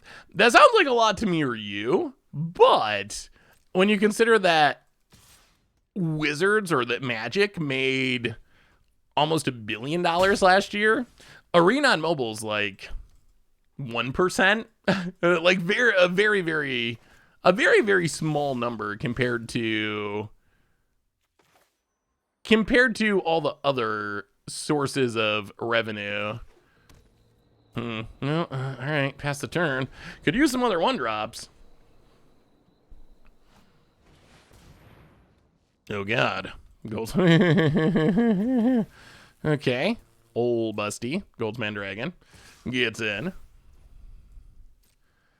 It's well, we're probably gonna have to sack this squirrel to try to to try to find something. Like, we just got no velocity. You know what would have been really good there? A Mana Tithe. A Mana Tithe would have been really, really good.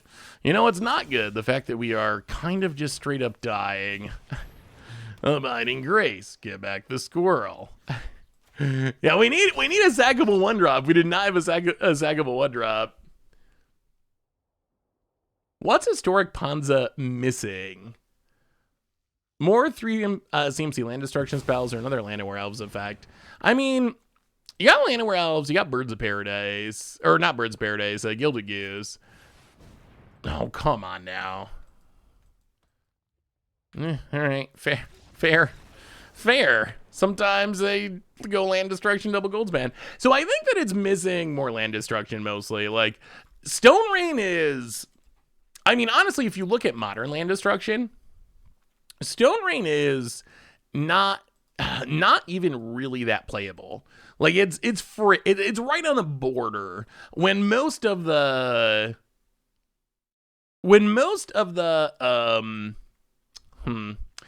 we probably gotta actually trim a couple Mana Ties for fatal pushes in this matchup. We're gonna need to be able to kill Mana Dorks.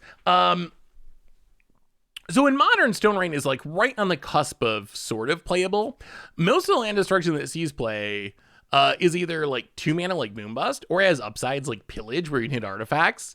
So I feel like another 3 mana land destruction spell is just like that's a baseline for maybe making a Ponza deck playable. Preferably 2 of them. If we get up to 12, then you could actually really build a deck around the effect. Right now, the big problem is you get Stone Rain, and you just have no consistency. It goes Stone Raid and Goblin Rune Blaster, and then after that, you're at I don't even know. Like what's even next on the list? The 6 mana enchantment. I can't even think of the name of it. That we played a bunch in Standard when it was in Standard. Yeah, Pillage is one of the ones that sees a decent amount of play. Cleansing Wildfire does see a lot of play, but it's mostly played to blow up your own lands, honestly. Demolish is what you don't want to be playing. Demolish is just, it's a 4 mana in the...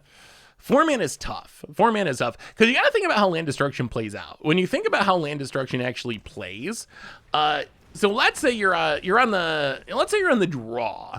And you go turn 1 Mana Dork, your opponent goes land. You go turn 2 whatever, your opponent goes land. At best, you're blowing up your opponent's 3rd land, and that's even with having a Mana Dork. That's just not nearly fast enough. Well, this is actually, I guess we don't even have to spend that. We can just Witch's Oven, sack the Shambling Ghast, kill the Land and Werewolves. But if you have 3 mana land destruction and you're on the play and you can go turn 1 Mana Dork, turn 2 blow up your first land, those are the games that you're very likely to win. So 4 mana is just, it's hugely different. The difference between 3 and 4, hey, what's up, Stone Rain? Yeah, we were Stone Raining earlier. You missed a literal Stone Rain. The difference between 3 and 4 is just like huge. Well, Darkpour Pathway, Shambling Ghast.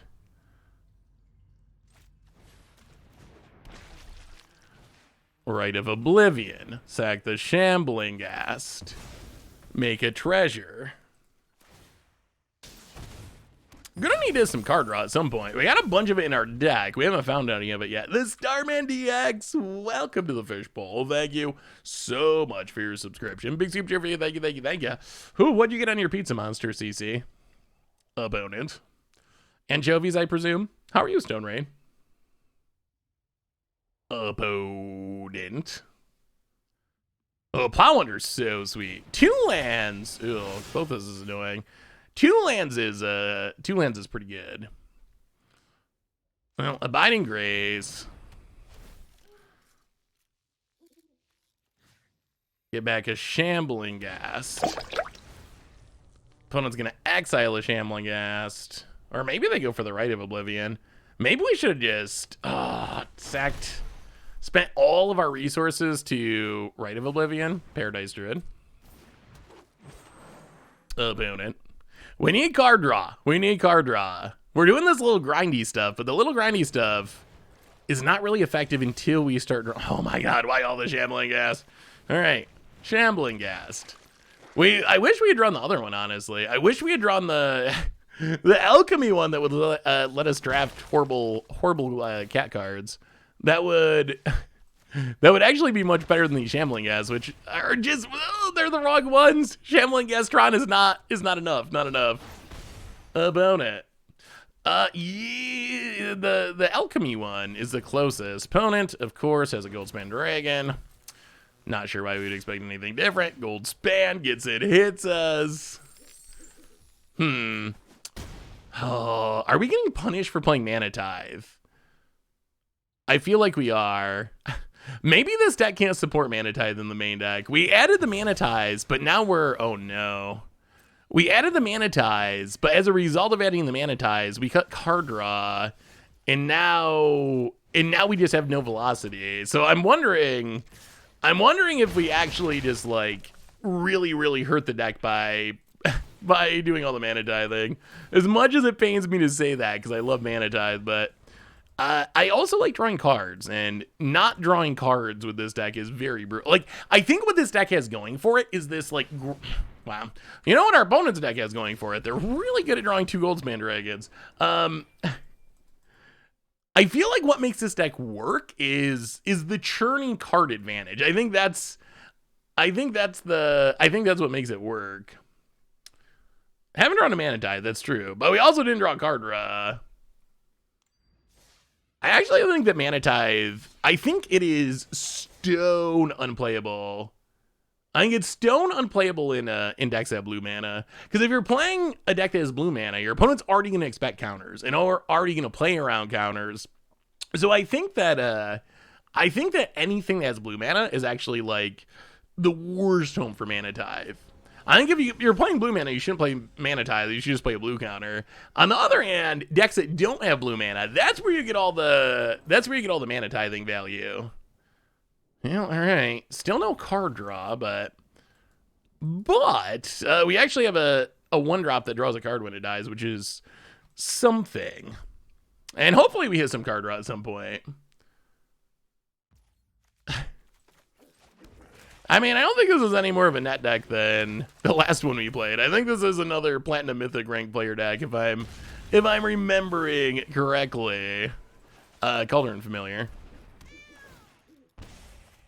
Land, hit ya. Pass the turn. Who would expect a Mana Tithe in blue? That's true, but yeah, it's true that no one expects you to play in blue because it's not good in blue. But if you're in blue, then you could be playing another counter that is probably more effective than Mana Tithe. Opponent. Thraben Inspector seems sweet, actually. A little expensive. I mean, we already had 16 1-drops before adding in our Mana Tithes.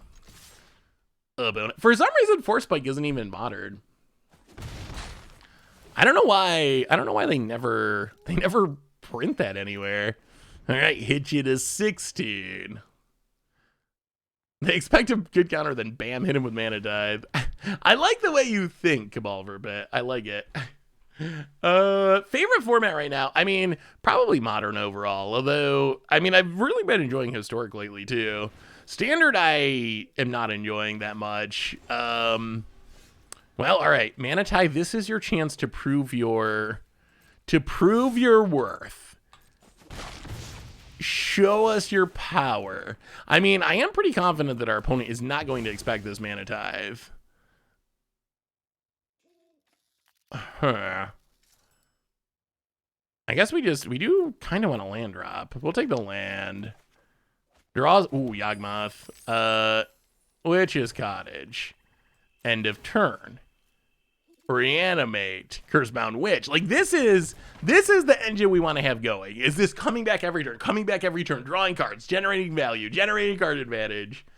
I actually really love Legacy. I don't get to play Legacy as much as other formats, just because it tends not to be a format people like as much for content.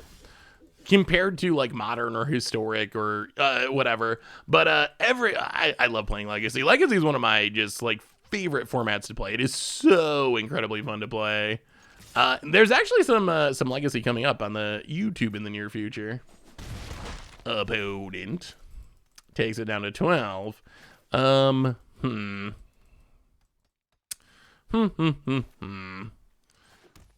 play the land. Play the squirrel.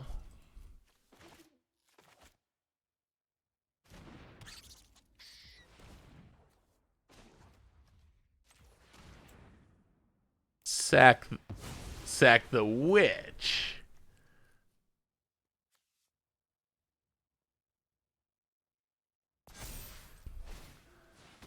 Draw a card, gain some life. I have a joke for you. How do you know a Magic player doesn't like alchemy? Don't worry, they already told you on Twitter, in the YouTube comments, and on Reddit.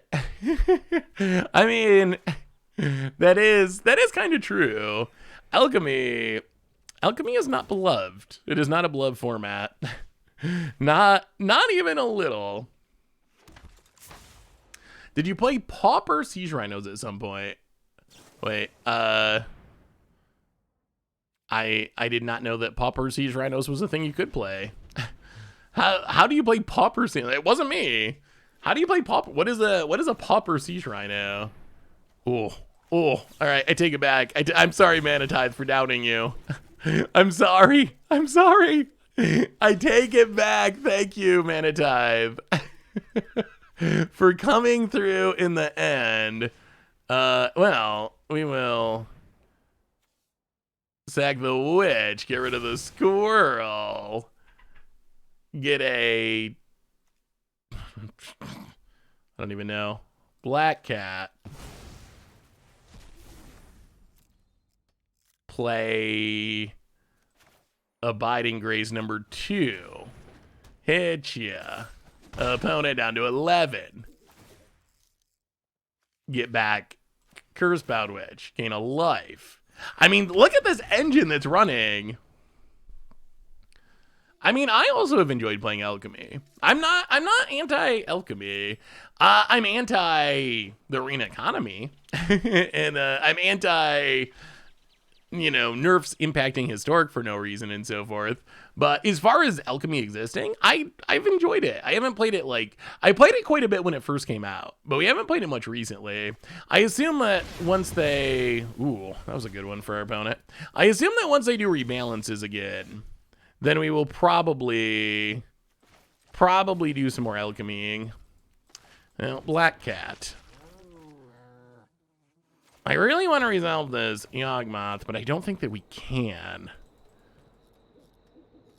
I feel like it is going to get Archmage Charm, and that's really brutal. Let's play Cauldron Familiar. We also don't have a sack outlet, which is awkward. That not having a sack outlet is opening us up to getting hit by anger. Well, gain a life.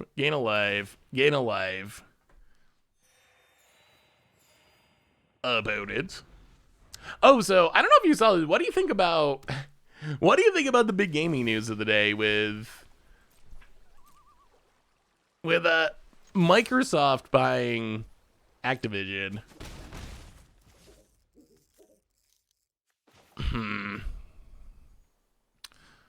Well, Yawgmoth, please don't counter it. Jeskai control opponent. Today I'm going to make BBQ pulled pork, homemade mac and cheese, cornbread, and Caesar salad. Ooh, that sounds delicious, Magikarp. Opponent. Yeah. Wow, did not have a counter. Well, we will sack Cauldron Familiar. Draw a card. All right, another Yawgmoth. We will sack Black Cat, draw a card, make you discard. Oh dear. All right, opponent seeks out a new hand. Discards a lightning helix. Well, shambling ghast. Sack it. Treasure, draw a card. Okay, Cursebound Witch. Sack it. I mean, this is pretty... I don't know what progress we're making, but it's pretty powerful. So what do you think it means for like Hearthstone and so forth? I don't know much about... I mean, I know that Activision has had some issues. I don't know much about Microsoft's culture. I mean, it probably can't get any worse, right? Hopefully. Aw. Witch's Cottage. I'll pass the turn. Do some reanimating. Get back Cauldron Familiar. Get back Shambling Ghast. Get back Cursebound Witch. I do like the amount of cards that we drew there. About it.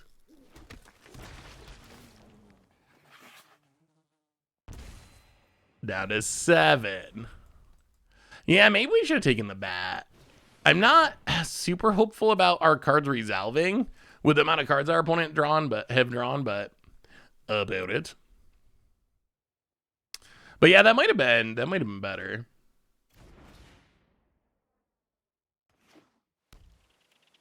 Zulver Falls. I mean, we're definitely stacking everything to Yawgmoth here. Day of Judgment. All right, so sacrifice Cursebound Witch. Draw a card. Get Cursive Leeches actually kind of seems decent. And then sack Shambling Ghast. Draw a card, make a treasure.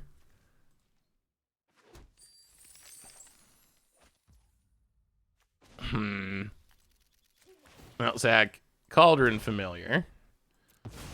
Draw a card. Ooh, Mana Tithe. Okay. Get Wrath. Sure. Opponent passes. Well, Godless Shrine untapped. Witch's Oven.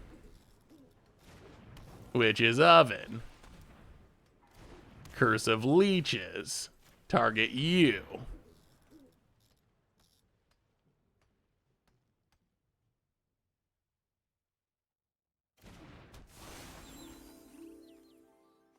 Pass the turn.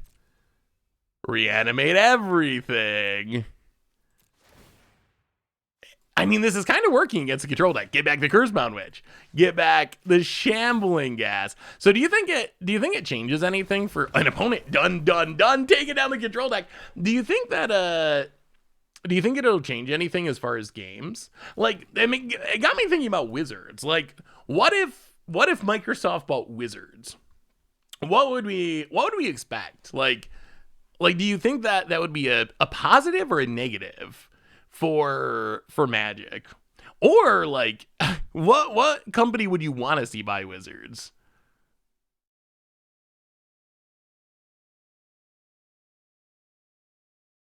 Halo MTG. I mean, we're probably gonna get Halo MTG cards anyway. Wizards is not an independent part of Hasbro. Is now an independent part of Hasbro nowadays. Or is not an independent part of Hasbro. I mean, they're their own division, right? I really don't know.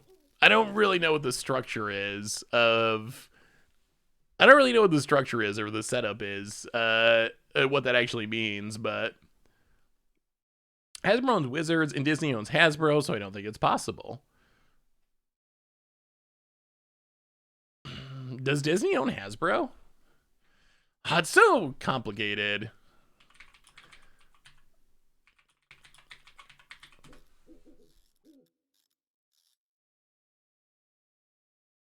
Wow, Wait, is that actually a thing? 2014. No, that's... I think that's April Fool's. So, from what I can see, Hasbro and Disney are strategic partners. And they have licensing agreements and stuff, but...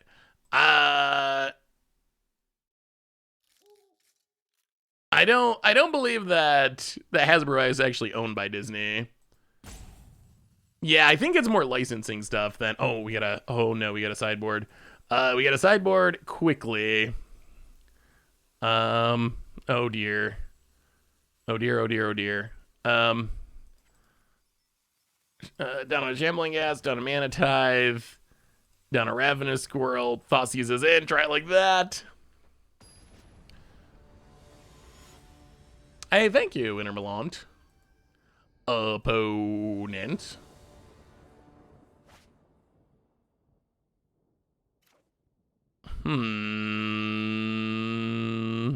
Well, we got a Mana Tithe, and we got a sackable dork. That's about all we can ask for. I would prefer Wizards to get sold to a conservatorship of fans of WotC, then everyone would understand how hard it is to make and keep games like Magic and D&D successful. Would you... Let's say that was a possibility. Would you actually want that? Like... I honestly don't know if we could do as good of a job running Magic as we maybe think we could do, as the community. Like, it sounds appealing to be like, oh, we would have the power, but I actually think that we would probably, like, we are not very good at agreeing on things. Yeah, I mean, that was the point of the original post too.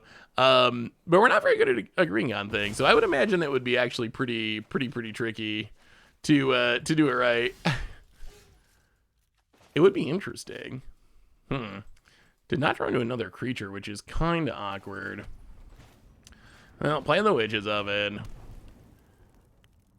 Pass the turn. We can always sack the Witch's Oven if we really are desperate to draw a couple of cards. We'd like to hit a creature, though. That would be ideal.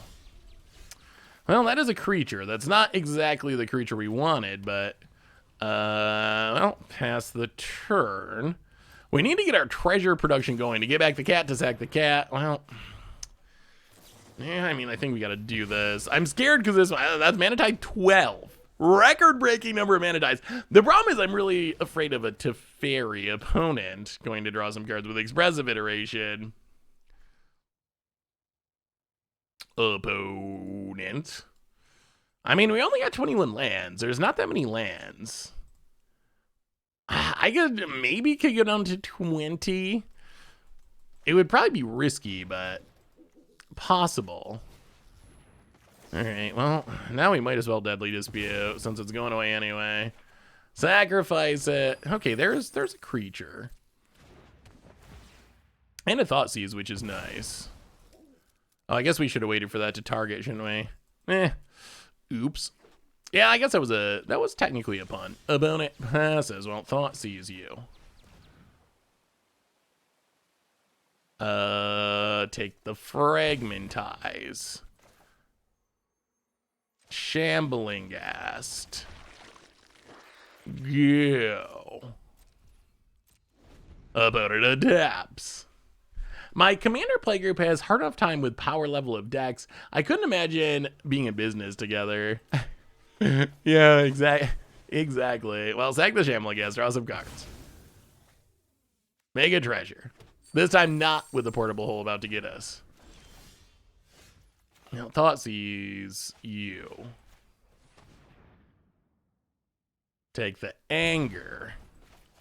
Well, I mean, play the land, play the Yawgmoth, I guess. We gotta get some action going. Pass the turn. Yawgmoth is card draw if it lives. Opponent taps.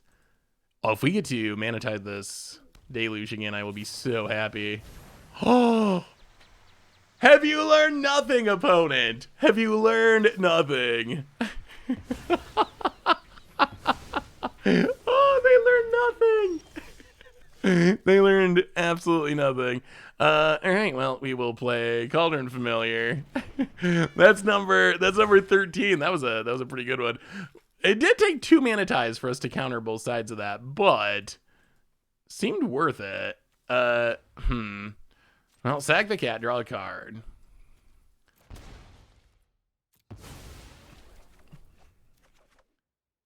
More Rites of Oblivion. Well, hit you with the Yawgmoth. Opponent down to 50. They're gonna draw something good eventually. Opponent.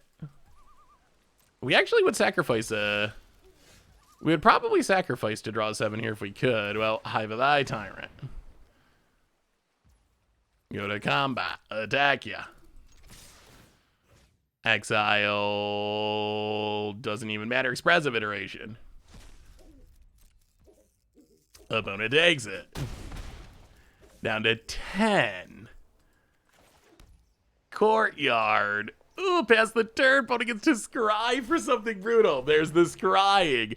We need creatures. We need permanents. Opponent. I'm building Paper Absent Rights from Budget Magic. I know for a fact there's a couple of red-black Skelemental decks in the meta, including a close friend of mine. I'm considering Weather the Storm in the sideboard. Is it worth it? Yeah, I think Weather the Storm's a good sideboard card, especially if your local meta, yeah, Binding Grace would be great if your local meta calls for it. But yeah, it is definitely a good card. Well, Hive of the Eye Tyrant. Play the land. Go to combat. Hit ya. Exiles Anger of the Gods. Opponent.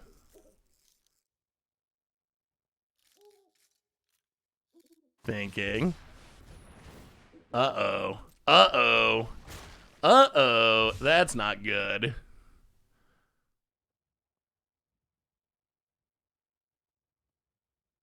Mini Shark. Blocks Yawgmoth. Do we sack the Hive to save the Yawgmoth?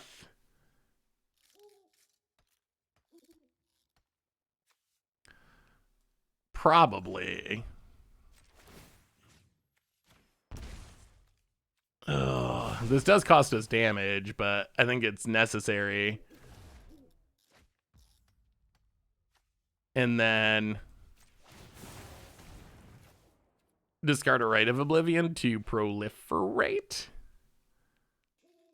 So we still get rid of the shark. Oh, we could still just Binding Grace a creature. Something would be so helpful. All right, counter on the shark, kill the shark.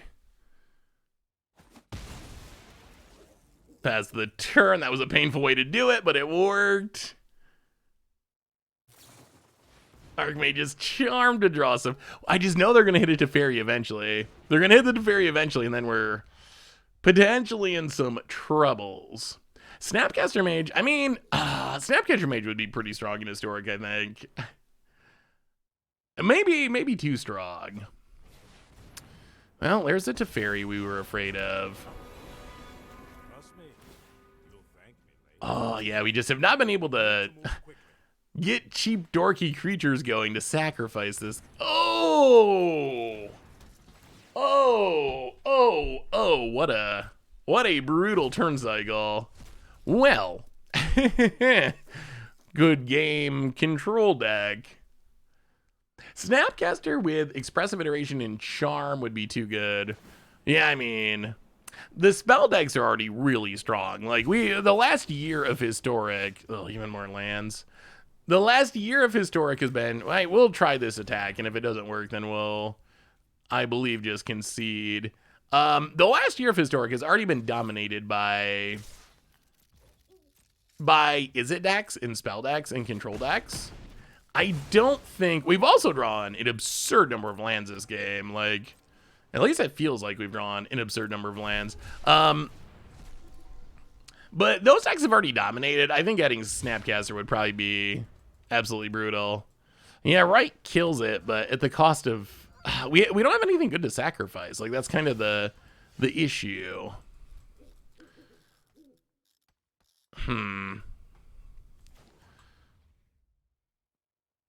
Well, I mean, I guess this is our hopes and dreams. Going to combat. Play Cauldron Familiar. Drain you. In case we need to sack it. Go attacking. No sharks, please. Okay, opponent's gonna discover a new hand. Ugh. Yeah, that's a powerful card. Mr. Second Amendment for the 15th month. Welcome to the Fishbowl. Thank you so much for your subscription. Big super cheer for you. Thank you, thank you, thank you. Yeah, Bear's something else. He is something else. He likes to destroy things. That is for sure. Including newspapers. Yeah, he just... Oh man, he must have went on a rampage. Got the paper from the recycling, tore it up, knocked the cushions off the couch, and then just passed out with the newspaper still in his mouth. Oh, he's something. Oh my god, he makes like shoveling or sweeping almost impossible. He thinks that the broom or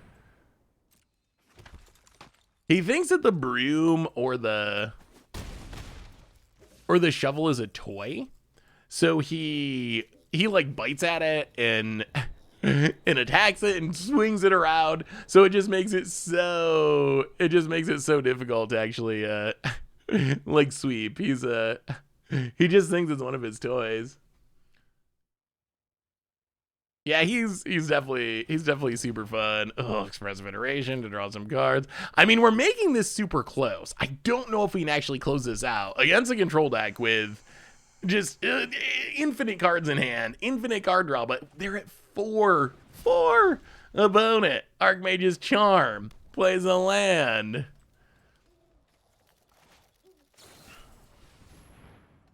Valorous Stance.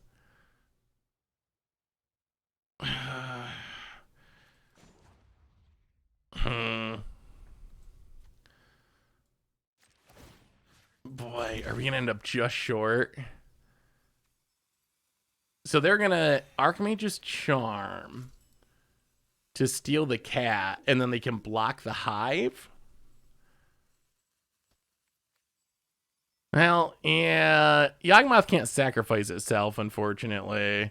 I guess what we can do is...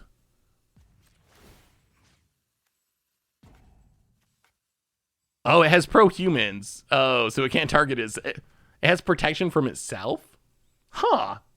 I don't think I've ever ran into that before, but technically Yawgmoth is protected from itself. It doesn't say another creature, but the protection. I don't think I've ever seen that before. All right, sure, you got it. Opponent kills it. I mean, we could sack to tower. We can't really use the mana for anything, so it doesn't really make a difference. I mean, we got another Yawgmoth. We just don't have the... So many cards have been drawn. So I assume the Archmage's Charm are token. Have we talked leaks yet? We have not talked about the leak. After we finish this match, we'll talk about the leak with everyone getting fair warning in case they're avoiding it. I don't know how we manage. I mentioned this on Twitter. I don't know how we managed to get the worst quality leaks. I don't think I could take a photo of the quality of these leaks if I wanted to. Like, I really don't think I could. Like, I don't think I could take a picture so blurry and low quality. But somehow, the leakers find a way. Well, Yawgmoth. Opponent. Another Archmage's Charm. Well, Hive of the Eye Tyrant. Go to combat. We got literally nothing. Our graveyard's locked. Everything's locked. Opponent double blocks. Loses their dorks. Sure. Well, 2 cards in hand. This Seek card draw spell is kind of... This Seek card draw spell is kind of busted. This card is kind of insane. This feels so Hearthstonean. They're like, oh, draw a bunch of cards and make them real cheap. But yeah, this card might be borderline too good. The lack of variance, the The no drawing of lands is really, really, really tough. Opponent. Archmage's Charm. So I think we need to draw a Cauldron Familiar. Or land number 70 million. Hive of the Eye Tyrant. Go to combat. I mean, they can steal it, right? Oh, non-land, okay. Well, hit you. Opponent, 901.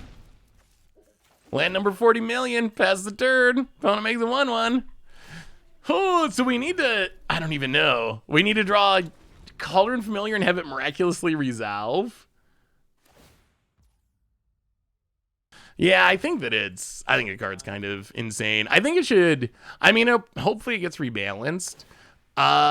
Should probably be a sorcery, maybe. Keep an open mind.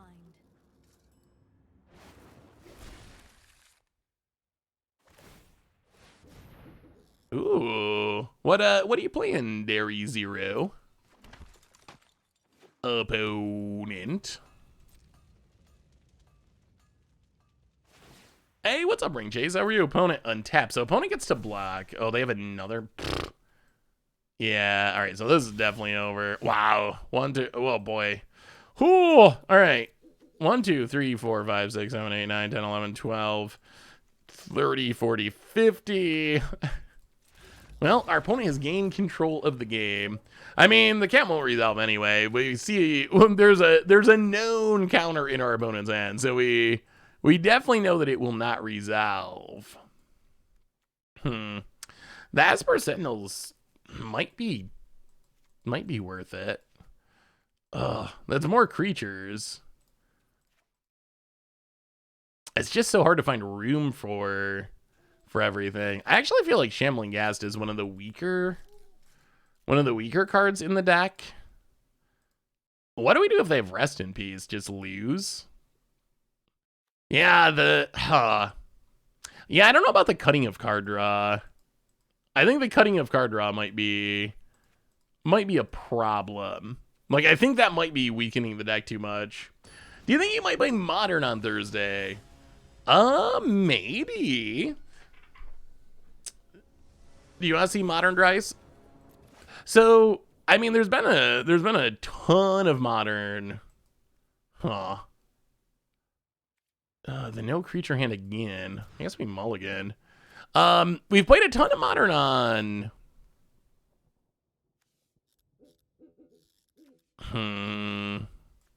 We've played a ton of Modern on the YouTube, but we have not played much on the stream lately. Well, let me see Zero. Opponent, Grafdigger's Cage. Huh. Alright, so our opponent has all the answers in the West. Opponent plays a Sulfur Falls, passes. Yeah, that's gonna be an issue. All right, opponent is prepared for graveyard decks, down to 18 past the turn. I love Modern, the only format I've been playing a lot.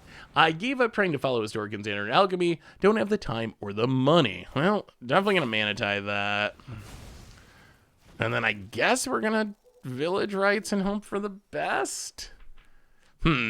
Yeah, this deck seems to struggle if the graveyard gets shut down. That is number 14. The Mana Tizer is still flowing. Opponent has a Portable Hole. Yeah, I found traditionally, and I mean, we'll play some Modern on stream sometime, I'm sure. In general, I found that that Modern is popular on YouTube and less popular on stream, and arena formats tend to be more popular on stream and less popular on YouTube. It's just a general rule. So in general, I try to mostly play arena formats on stream with some Moto formats, and then on YouTube, I mostly play Moto formats with a little bit of arena. I have an odd question. What are the cards you like to play against the most? I like to just play against things that are not the tier decks. Honestly, like if anyone is playing a brew or doing something different or something I haven't seen before or something I haven't seen much, those are the matches I enjoy playing the most by a huge margin. So I don't really even care. I don't even really care what people are playing specifically. It's more just the spice level or the brew level of it that is intriguing to me. I'm gonna have to look back. I'm not sure what the old record is for ties, honestly. We'll make a treasure. Oh boy. The cards this gets are so bad. Which is familiar, I guess. Cool. Alright, maybe we do cut lands. You know what? Maybe we cut down to like 17 lands. This flooding out game plan has not been successful. So maybe we just cut all the lands and bring in all the card draw. And keep the Mana Tithes and just go for it. Because somehow we're really good at drawing. I mean, this deck has 21 lands. And we're like just constantly flooding. Well, go attacking opponent. Exile your whatever. Opponent down to 7. Discover the formula. I mean, it's definitely sweet to see brews that actually end up being successful. I mean, that's kind of what you're always hoping for when you brew a deck. You're hoping that it ends up being good. So I mean, I think it's definitely sweet when that happens. Opponent. Hey, what's up, Benny? How are you? Opponent. Yeah, shamans are pretty good in historic. That one was really like pretty modern focused. Like the shamans in historic, as soon as we saw the shamans they were adding, it was pretty obvious that they were going to be good just because the modern build was good, and that was fighting through the modern card pool. It was much more powerful. So that was, as soon as we saw like Harmonic Prodigy and like Rage Forger, I was pretty sure Shaman were going to be pretty decent. Well, all right. I mean, this is really all we got. Eye of the Eye Tyrant. Go to combat. Attack you. Each your discover the formula. Opponent. Do you have a lightning helix? Of course. And there comes a Teferi. Pass the turn. Oh, this is just like the last game. We got so close against the control deck. Like, we got him low, even through the graveyard hate, and through our deck running really poorly. Our deck does not want to have 14 lands every game. We were really close both games. I think that means if we ran average instead of the flood both games, we probably would be in pretty good shape against it. I can't thank you enough. I took your advice, double down on cycling creatures for my living end deck in exchange for the force negation. The deck rocks. Even against control, I get a couple of wins. Awesome! I'm glad it worked out for you. That is awesome.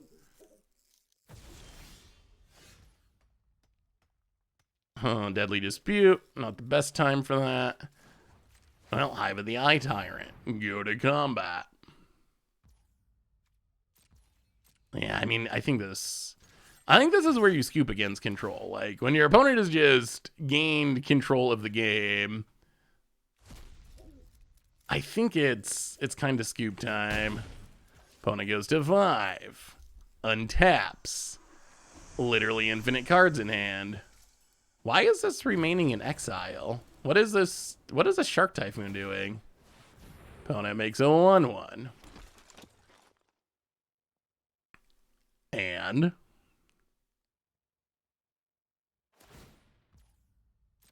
draws with Teferi. Wow, this is twice in a row. Games 2 and 3 got him down to like so close to 0, but not 0. Opponent. Oh, it was a Narset card. That makes sense. Well, all right. See if we can draw some cards. Sacking the treasure.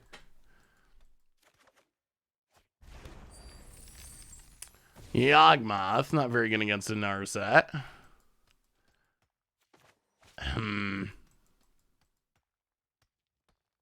Opponent. thinking. Counting, discarding. Not the time for the Mana Tithe. The Hive of the... I mean, we're just going to attack until this Hive dies, and then once that party ends, then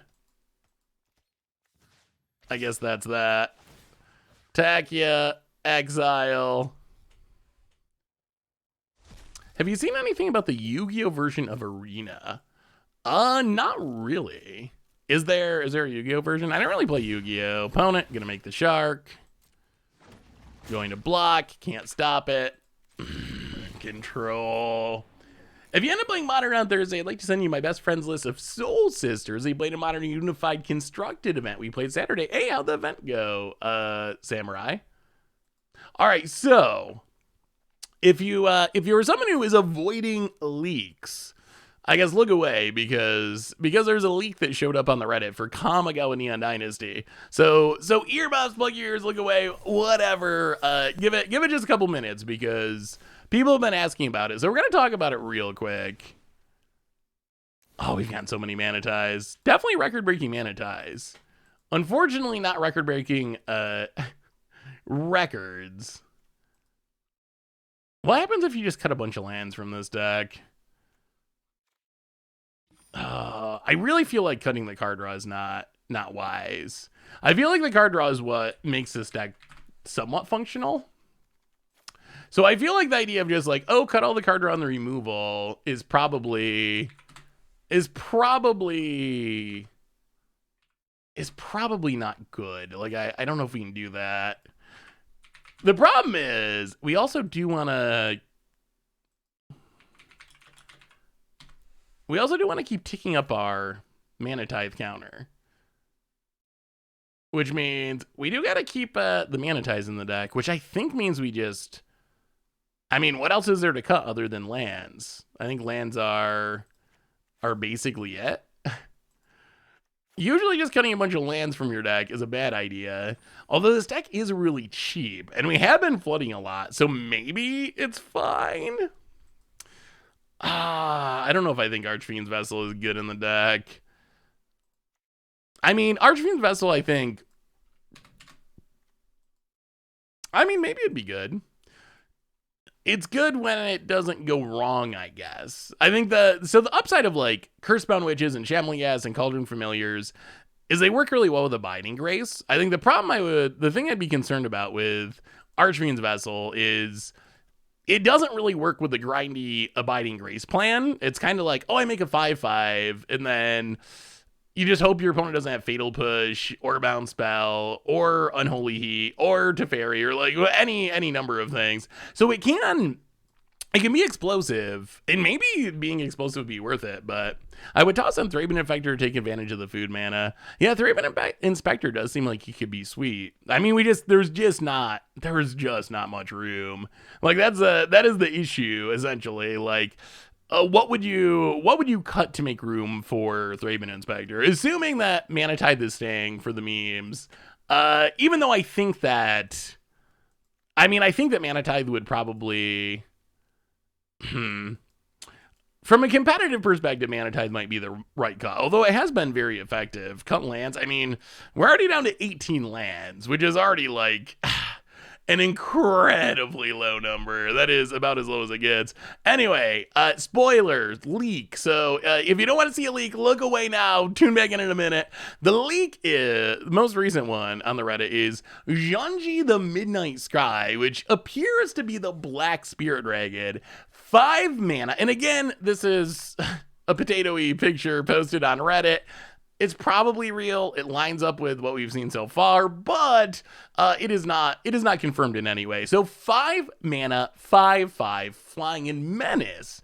When it dies, choose one. Each opponent discards 2 cards and loses 2 life, or put target non-dragon creature from a graveyard onto the battlefield under your control. You lose 2 life. So, I mean, seems like a pretty powerful card. 5 mana, 5/5, flying menace. Good stats. The discard 2 cards trigger, I guess, means it's always going to do something. Like, I think that was the idea of this. This mode, the reanimate mode, definitely very powerful, but you do have to have something in your graveyard. So I think Wizards wanted to make sure when this dies, if you got to like legend roll yourself or something, you're always going to get some value. Each opponent discards 2 and loses 2 life is kind of like medium power level. Reanimating a non-dragon, which the non-dragon part I assume is to keep combo loops, like looping additional copies of this with each other for some sort of combo. You could try to get around that with, I guess, clones. Maybe like a clone could be a copy of Junji on the battlefield but not in the graveyard, so you'd be able to reanimate it. However, you are still losing 2 life, so it's not as simple as like pull off some loop and win the game, because the 2 life is probably going to kill you before you kill your opponent with Blood Artist or something. But definitely seems like a pretty reasonable card. Personally, I think I'm more excited about this one than the red one, just because it feels like there's less competition. The red one, yeah, you're not going to be able to do Blade Wing combos. It is pretty safe, I think, as far as easy like combos, even though it has reanimation on it. But I think it's a pretty sweet card. Like, it seems just like a pretty solid mid-rangey threat. The only concern is for standard, can you play a card like this in standard? Like, even though this is a really powerful card, I do kind of wonder if you can just play this kind of card in our current standard meta. Like, I don't know if you can. Like, it's grindy, it offers late game value, it's got good stats, but against mono green or mono white, you're probably going to be dead before this comes down. And then against Izzet Dragons, they're probably going to be looping, extra turn spells and treasure tokens by the time it comes down. So I do wonder if it could actually see that much play in standard. Yeah, Fading Hope kind of laughs at everything. You could bin this and Emrakul, then Goryo's Vengeance this back. Wait, if you bin this and Emrakul, when you want to Goryo's Vengeance back Emrakul and just win? That seems wiser in my opinion. If I had to choose between the 5-mana 5/5 and the Flying Spaghetti Monster, I'm probably choosing the 5-mana 5/5.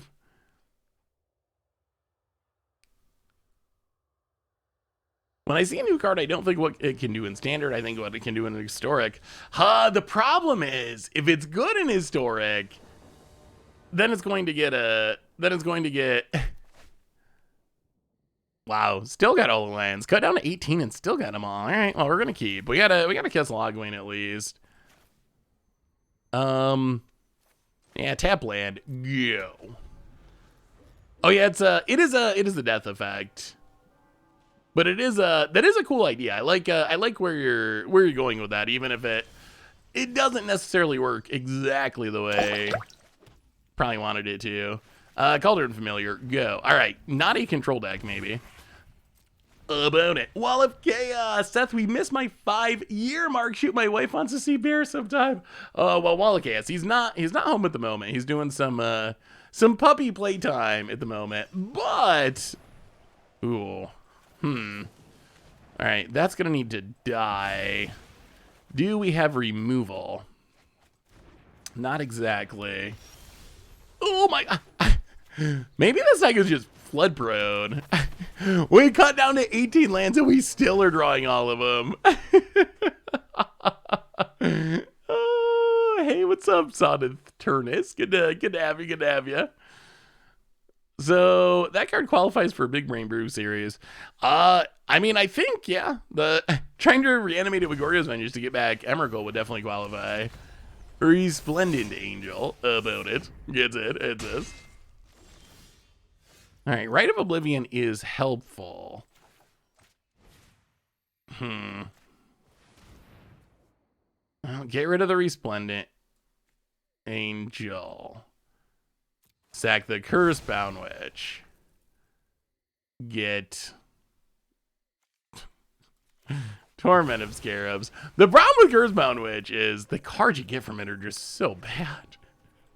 So bad. Yeah, we got the top. We got a full playset. Hopefully we can get a couple more about it. Oh dear, Collected Company. Wow, maybe I actually don't know which deck's better. Maybe the other deck was maybe the other deck was just better than this deck. Maybe this is just like a bad Cauldron Familiar deck that only looked good against fewer decks. Oh, Platinum Mythic Ring player. I swear Platinum Mythic Ring player is the new infamous small Japanese tournament. It definitely is. Oh, we're super dead. We're super dead. I mean, we are somehow drawing 90% lands in our 18 land deck, which is kind of against odds. I moused over your board to read the card out of habit. I thought I was making a smooth brain move. To my surprise, you made a big wrinkle brain move in the sick overlay. Oh yeah, the overlay is definitely super sweet. Definitely makes it a lot easier to see everything. I'm glad that it's working about it. Yeah, we're running out of removal. Oh jeez. Oh my god. Okay. Well, we might be going back to Uprising. We might be going back to the Uprising deck. All right. Well, I mean, we're also playing with a maybe a small handicap in the sense that like this is tough because we're trying to get Mana Tithe, but honestly, against what our opponent's doing, I really want more removal. But I'm not sure how to. I'm not sure how to do it. Huh.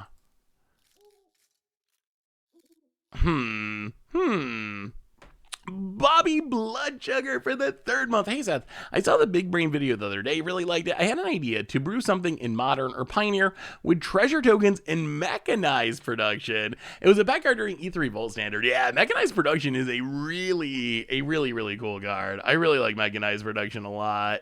Kind of challenging to win with because there's so much. Something I've run into a lot of times with Painter Monocon decks recently is there's just so much artifact removal just stapled onto we're gonna keep the Mana Tithe. There's so much artifact removal that's just stapled onto cards these days that it is really hard to get an artifact to stick on the battlefield for a long time. Like that's essentially the issue. I mean, I kind of blame Best of One, honestly, in the popularity of Best of One.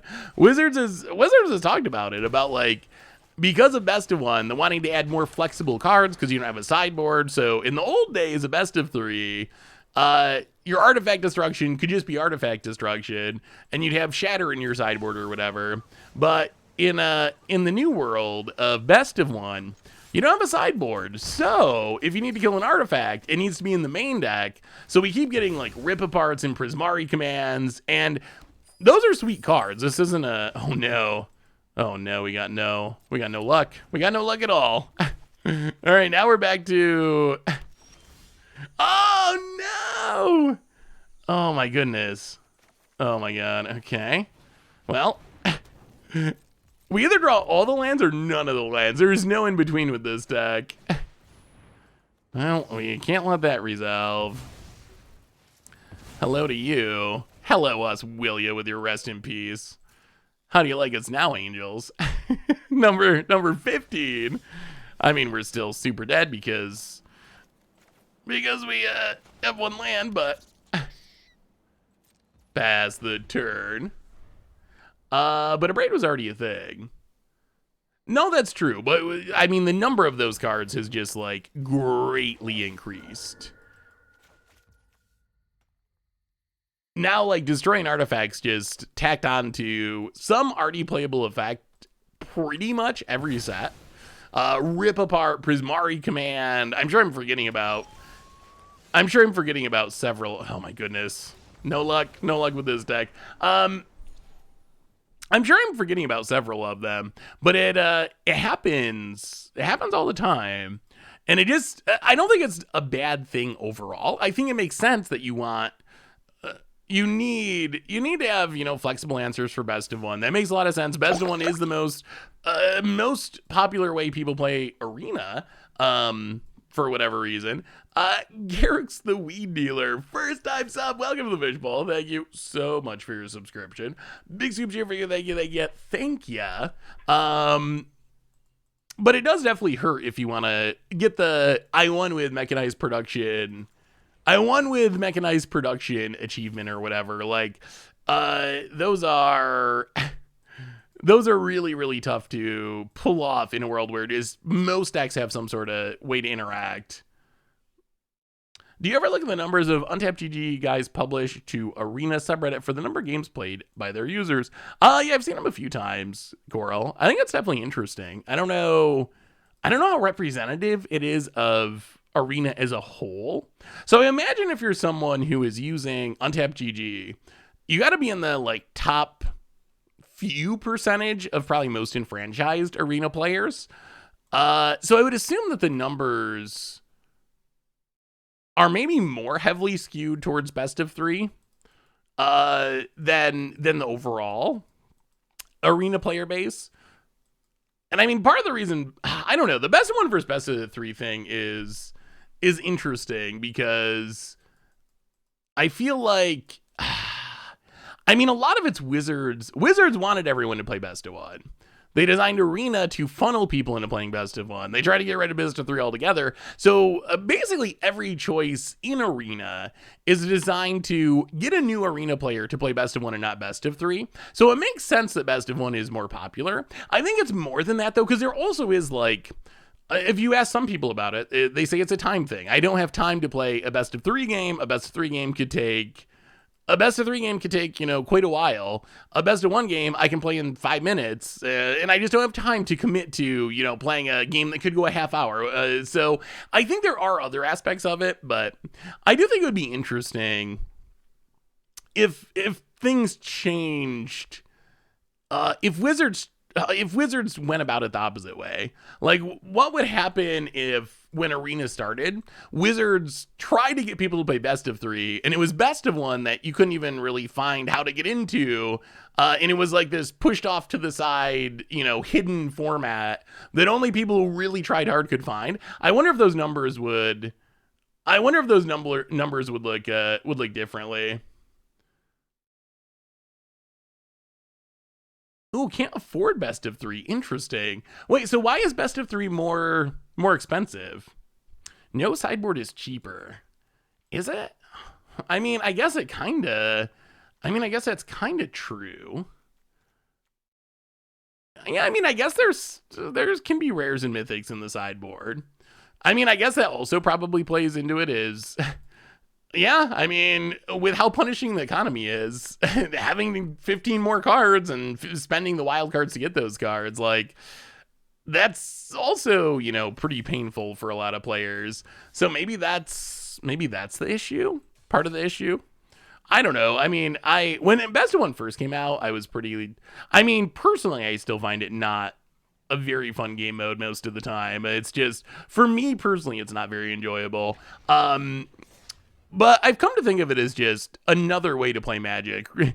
When people say, like, it's not real Magic or whatever, like, what is real Magic? When it comes down to it, is Penny Dreadful or Pauper or, Legacy or Vintage or Kamigawa Black Tiny Leaders? Like, are those not real Magic because it's a format that you don't enjoy? They're obviously real Magic. And part of what makes Magic so good is that you can play it in a whole bunch of different ways. So I think the argument that it's not real Magic kind of rings hollow for me. All right. I'm going to slow us down a bit. And that argument kind of rings hollow for me. On the other hand, as far as just my experience playing with it, I find best of 3 way more enjoyable than best of 1. But I'm sure there's lots of people who find the opposite. The swinginess of it is... like, Magic has this is actually kind of interesting. This was a question that came up on Fishmail.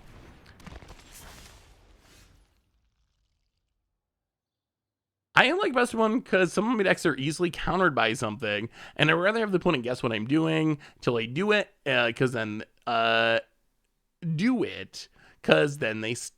stuck. That's actually an interesting take. Do you think it's easier to win with your brews in best of 1? I think that's an interesting idea. I think it depends. At the same time, like a lot of my experience with Best of One is it's either like someone playing like the controlliest control deck or playing the aggroiest aggro deck. And then a lot of times neither of those matchups are especially like the person who's playing, 30 counter spells in 15 wraths and then a planeswalker, or the person who's just playing 31 drops and then, 15 burn spells. Neither of those are oh my god. Neither of those are especially appealing matchups if you're trying to get a brew going. Opponent goes to combat.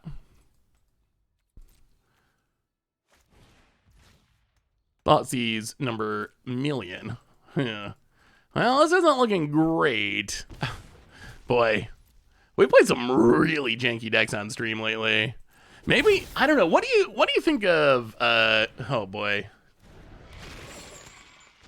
What do you think of the Platinum Mythic rank player decks? Are they just too underpowered? With the stream, does having a deck end up being bad make the stream less enjoyable for you? I feel like we've had several streams where we've just played really janky, really bad decks. I'm curious if that if you come away from it thinking like, wow, you really should play something that's, got more of a chance to win, or if you come away from it thinking, we tried to do something cool and it didn't work out, or, it was an interesting concept, even if it was horrible. Opponent. Inquisition. Well, let me see, Naz. Here's a relatively budget-friendly deck for Moto. I would normally spend about $100 just in the pre-order bundle, and the biggest bundle pack, just sort of sick of the arena economy. Ooh. That looks fun, Naz. It is really crazy, just the prices of some of the cards. Like, I mean, this is $193, and you got Tarmogoyfs, Lilianas, and multiple copies of those. Like, that's a pretty powerful looking deck for considering the price. I mean, that's not like super budget, and it's not, straight up, I got a deck for free by grinding for a while, but still, when you consider the cards in the deck, that is a pretty good price. The deck looks super fun. It's crazy that Jace is like $4. Jace is like $4. Liliana the Veil's like $7. Those were cards that used to be super expensive. Prefer when it wins. I mean, obviously the best is when you play a janky deck and it does well. The problem is if the deck was consistently doing well, it probably wouldn't be considered a janky deck. That's kind of the challenge of playing jank. If it's something that was winning a high percentage of the time, then it would probably be, on the metagame pages and winning tournaments and so forth. Croxa. Opponent. And passes. This game's super over. Boy, this deck's so bad. This deck is like, I mean, this deck might be really, really bad. Hey, Seth, I have a couple of Liliana Waker of the Deads in paper. Would those be nicely on avail for the right stack? I mean, I like Liliana Waker of the Dead quite a bit, so I can see playing in the right stack. You still got the room problem of just like, the deck doesn't feel like it has many slots for adding extra cards. So that I think would still be the challenge. Like, what are you going to cut? What are you going to cut to find room for it? But I do think it's a potentially decent card. It's a decent card for sure. Hey, Seth, can you help me with any suggestions of this modern deck? I'm calling it Intruder Angels. Focus on Speaker of the Heavens Intruder Larp. Ooh, that is a sweet combo. If you get enough life, you can just, well, we'll see. Double enchantment, Mana Tithe. This could be good. All right, we'll keep the planes so our mana comes into play untapped. Definitely a neat idea for a combo. So if you can get down Intruder Alarm, when a creature comes into play, untap everything. If you can get enough life and get Speaker of the Heavens, you can tap it, make the angel, that'll trigger to untap it, make infinite angels, maybe gain infinite life. Definitely a really fun idea.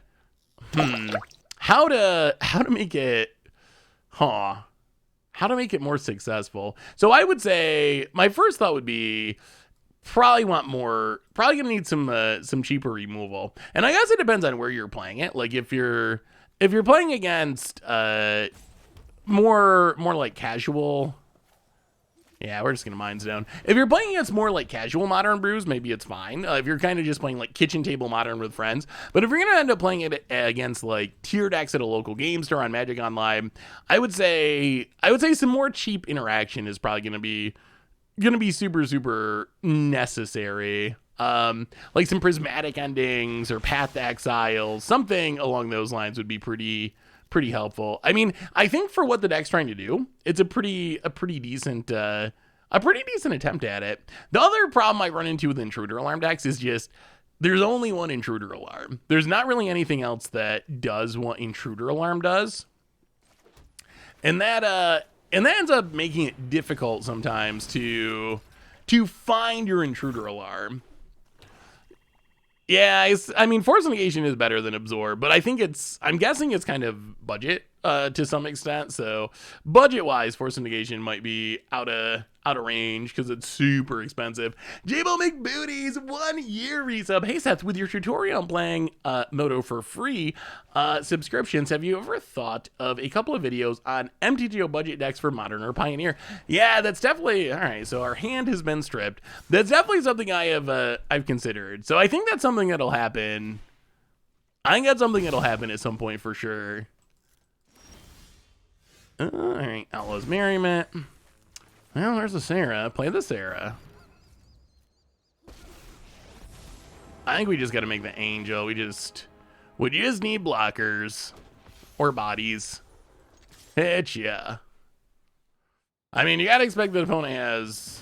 Well, I was not going to say Spikefield Hazard. I was going to say Unholy Heat, but also Spikefield Hazard, I guess. Yeah, I don't. I wonder. I don't know if the Absorb is actually necessary. Like, I can see the idea of it. Hopefully, between Soul Warden and Soul Attendant and Bishop of the Wings, hopefully the life total won't be a huge issue. So it seems like there's plenty of life gain. So my concern would not be so much like getting enough life to make stuff work. It would more be finding Intruder Alarm or being able to win if I don't find Intruder Alarm. So those would be the things I would be kind of considering. How do I find Intruder Alarm? You could play like Idyllic Tutor or something, some sort of, I think that's actually pretty inexpensive now since it got reprinted, but some sort of way to find it. Or just be like, okay, I need to have a really strong backup plan, like a Johnny's Pride Mate or Sarah's Endant or something. So if I don't find the combo, I can just win by beating down. Yeah, I think a good resource would be like 5-tick decks. Like just an article or something of 5-tick decks. Oh, let me see, T-Bunker. Opponent. I mean, I feel like we're kind of in decent shape this game. This Outlaw's Merriment's kind of doing some work. Our opponents cast all the Thoughtseize, but we got Outlaw's Merriment on the battlefield. Thoughtseize away. Not gonna get the job done. Oh, that's awesome. That's got a ridiculous amount of budget decks, including a bunch of super cheap ones for the loan programs. I like it. That's a great resource. Opponent.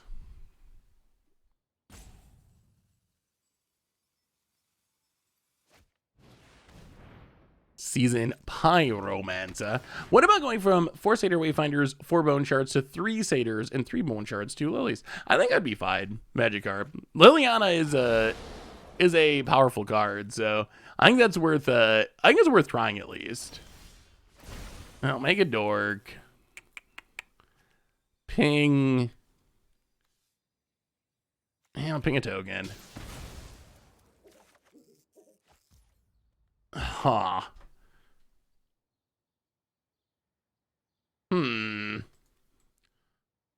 Maybe we should just sweep the board?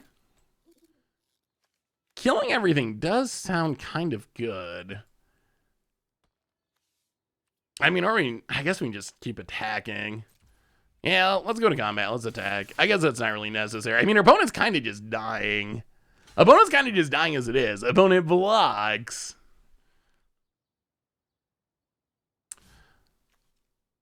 Yeah. So the problem is just that they can flashback like a Thoughtseize or Inquisition. But we might just be in good enough shape where it doesn't even really...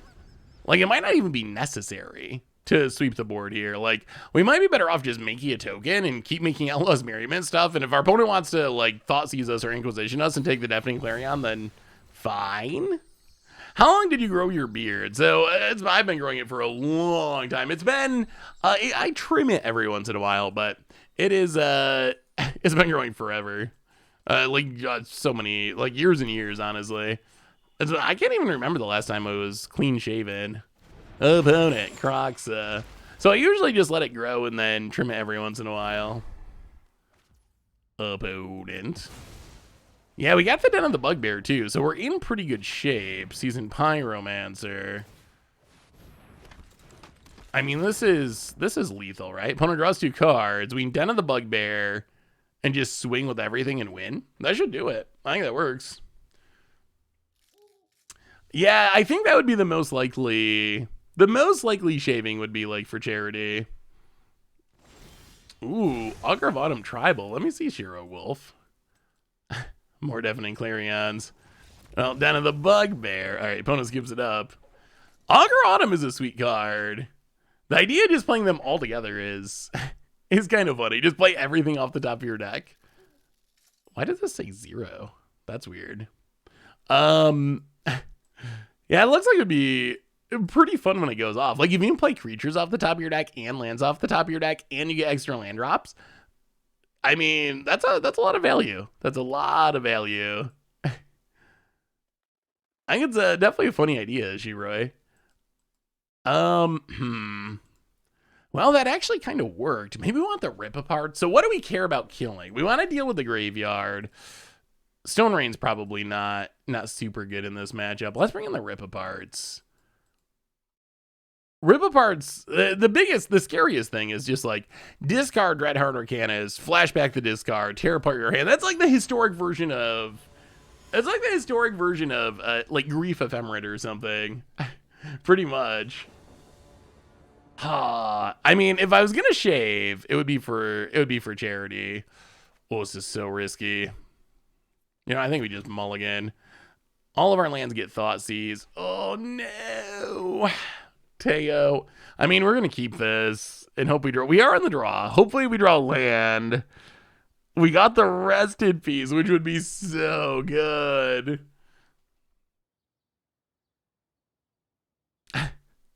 Yeah, I don't know what Bear would do. I don't know about the Bear cam. Bear comes on cam. He does some cameos, but I feel like it'd be hard to. I think we're keeping this. We're gonna draw a land. We're definitely drawing a land. Actually, we probably would rather have. I mean, our opponent's just gonna Thoughtseize us into oblivion anyway. All right, not a land. Well, all right. Tap land, go. Come on, land for Rest in Peace. That is what we need. That is our best card in this matchup. Croxa. Well, goodbye, Uprising. Come on. Oh, all right, that's huge. Rest in peace. Oh, so good against this deck. All right. Croxa down. No longer afraid of Arcanist. Yeah, Bear's got to be 70, 75 pounds, somewhere around there. He's getting big. One land, one. I've told you that is the rule. It always works out 100% of the time. One land, one keep, never fails. Well, let's Mind Stone. Dreadhorde Arcanist, not nearly as scary with the graveyard lockdown. Past the turn opponent. Feed the Swarm would be a bummer. Land cracks it. Or something like Chandra would be maybe annoying.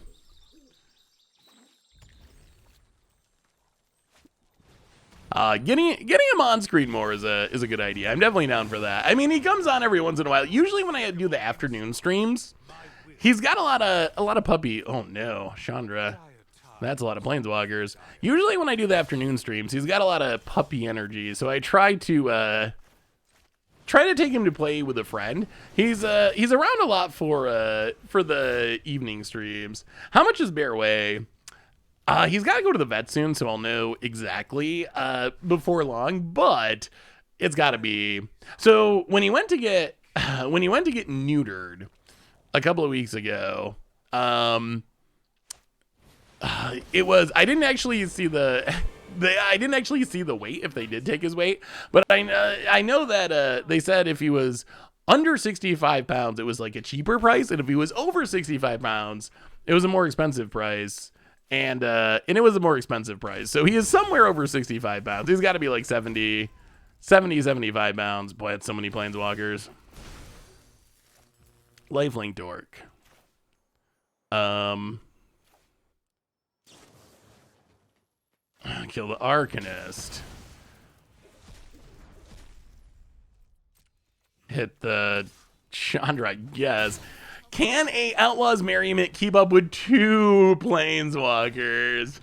Ooh, yeah, the Bills have actually been pretty good this season. Better. Oh, he should have played the land for this Crocs, I guess. Way better than I expected, honestly. It'll be next week's game will be interesting to see if they can actually keep up with the Chiefs. That's probably going to be the best game of the weekend. Ooh, some Subera action. I'm really hoping. I'm really hoping that that we get more Subera in New Kamigawa. That would make Subera so much better if we could get more of them. Yeah, Subera, it's just such a fun archetype. We revisited it. So we played it a while ago, like a long time ago, and it was sweet. And then we revisited it. Oh, jeez. Cold Steel Heart. We revisited it, and we did not, like, win a game when we revisited it. So I feel like maybe it's gotten less good over the time as things just... It's power. Everything keeps getting power crap. So stuff that worked in 2015 just maybe doesn't always work as well against 2022 stuff. But Zubera is just so much fun. Getting more Zubera with a similar ability would be so big for the deck. It would make it so much better if we could get some upgraded 2-mana Zubera that works with the Rally of the Ancestors plan, works with all the other synergies. So fingers crossed that we get some more of those. Oh, opponents chaining together the Pyromancer. We just can't get through these Planeswalkers. This is Planeswalkers ultimating, our ultimate fear. Oh, so many Chiefs fans. Why are there so many Chiefs fans? Yeah, well, that is Sorin ultimating. Yeah, dead. All right. Oh, all right. Can we get one more Mana Tithe? We're gonna do one more match. Can we get one more Mana Tithe? I mean, I actually kind of wouldn't mind. I kind of wouldn't mind the Bucks making it to the Super Bowl on the other side because I think that beating Brady would be the most cathartic win for Bills fans. Like, they kind of stomped the Patriots in Belichick last week, which I think was step 1. The final step, the ultimate, would be playing against Brady in the Super Bowl and beating them. That would exercise all the Bills demons from like the last 20 years or whatever of being just absolutely horrible. Oh, Elf, welcome to the Visual. Thank you so much for your gift sub to Seeing Quotes. Big scoops here for you. Thank you. Cauldron Days is definitely an interesting addition. Yeah, that's a lot of triggers. I like the idea. All right, can we get one? Oh, that's a Mana Tithe. We're keeping. We're definitely keeping. That's a Mana Tithe. We're gonna put this Uprising. You know what? let's be a little greedy. Let's be a little greedy. Put this plains to the bottom. We're gonna be good. 2 lands. We get to scry. Lightning Helix to the bottom. Mana Tithe. We gotta up the count. We gotta set the record. We're setting the record and trying to set it. Soulscar Mage. Not only are we trying to set the record, we're trying to set it as high as possible for next time we Mana Tithe. LOL, WTF. LOL, fail WTF. Welcome to the Fishbowl. Thank you for your subscription. Big super cheer for you. The Bills actually looked really good last weekend. Yeah, we had our lands. Hermit. Ooh. Stone Rain. Well, boom, boom. Can you beat an Uprising? Can anyone beat an Uprising? So opponent appears to be a wizard deck, which is spicy. Mana Tithe the oh, that's pretty good. Mana Tithe Incarnate is that's about as good as it gets. About it goes attacking, no blocks. Gonna do some pumpage. Hey Seth, did Commander Clash Viewer Submitted Decks close? I think I missed it. Yeah, we actually recorded the Viewer Submitted Deck episode last week, and it's going up this week. So you can obviously still send any of us your sweet Commander brews. We'd love to see them. But yeah, as far as actual like decks that we would use to record this episode of Viewer Submitted Decks, that is passed for now.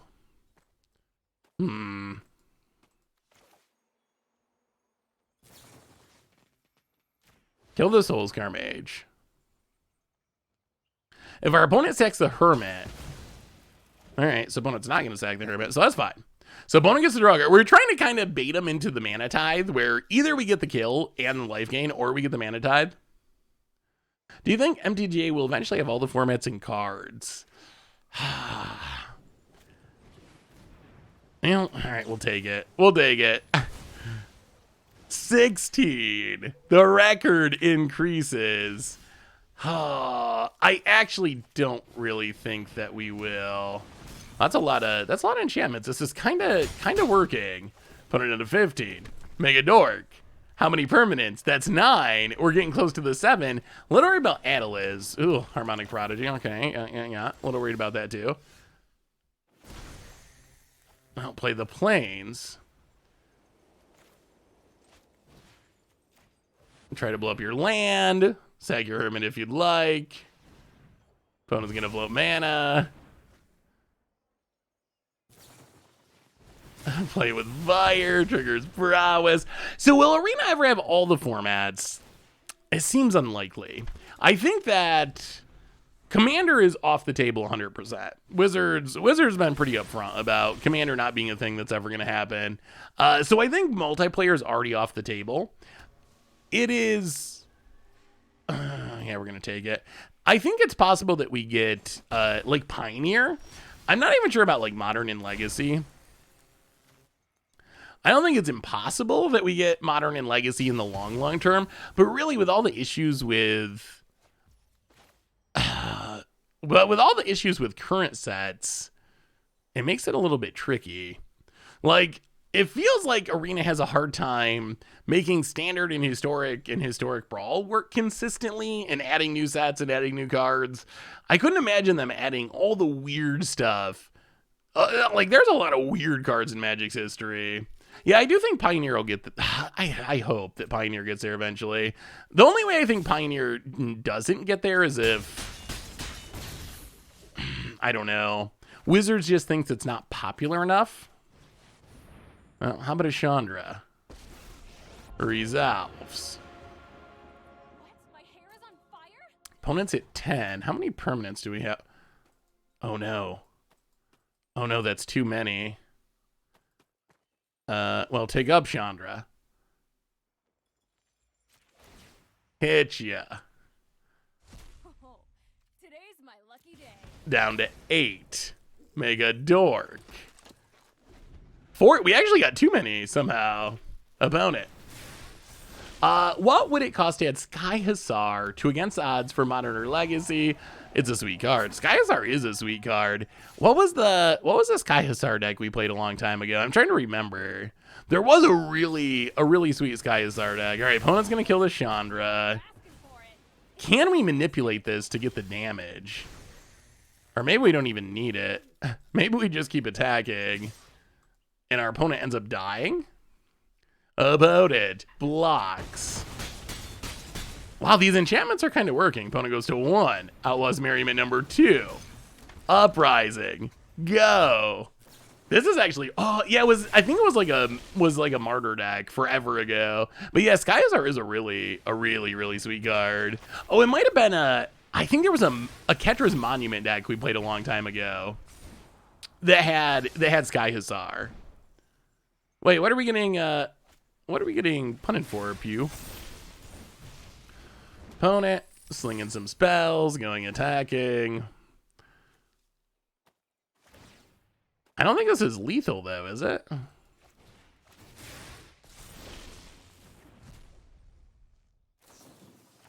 Oh, this... Oh. Double triggering is kind of cute. Now we go to 5. Opponent. Oh. Oh. All right, that was pretty good.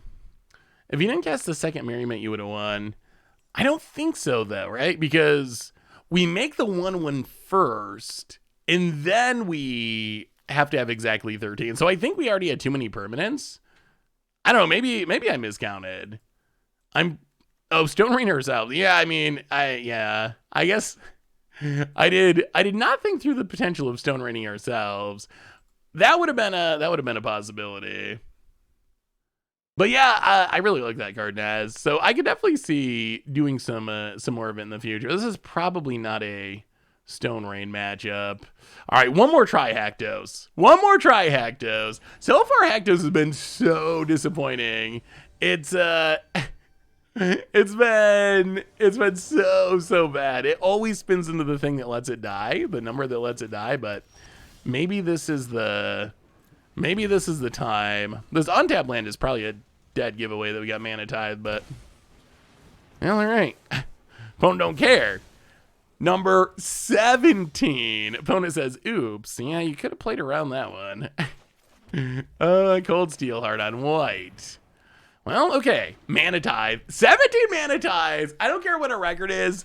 On some level, that's a success. There is a realm where just the fact that we have Mana Tithe that many times has gotta be a success. And now it's Teo's time to shine.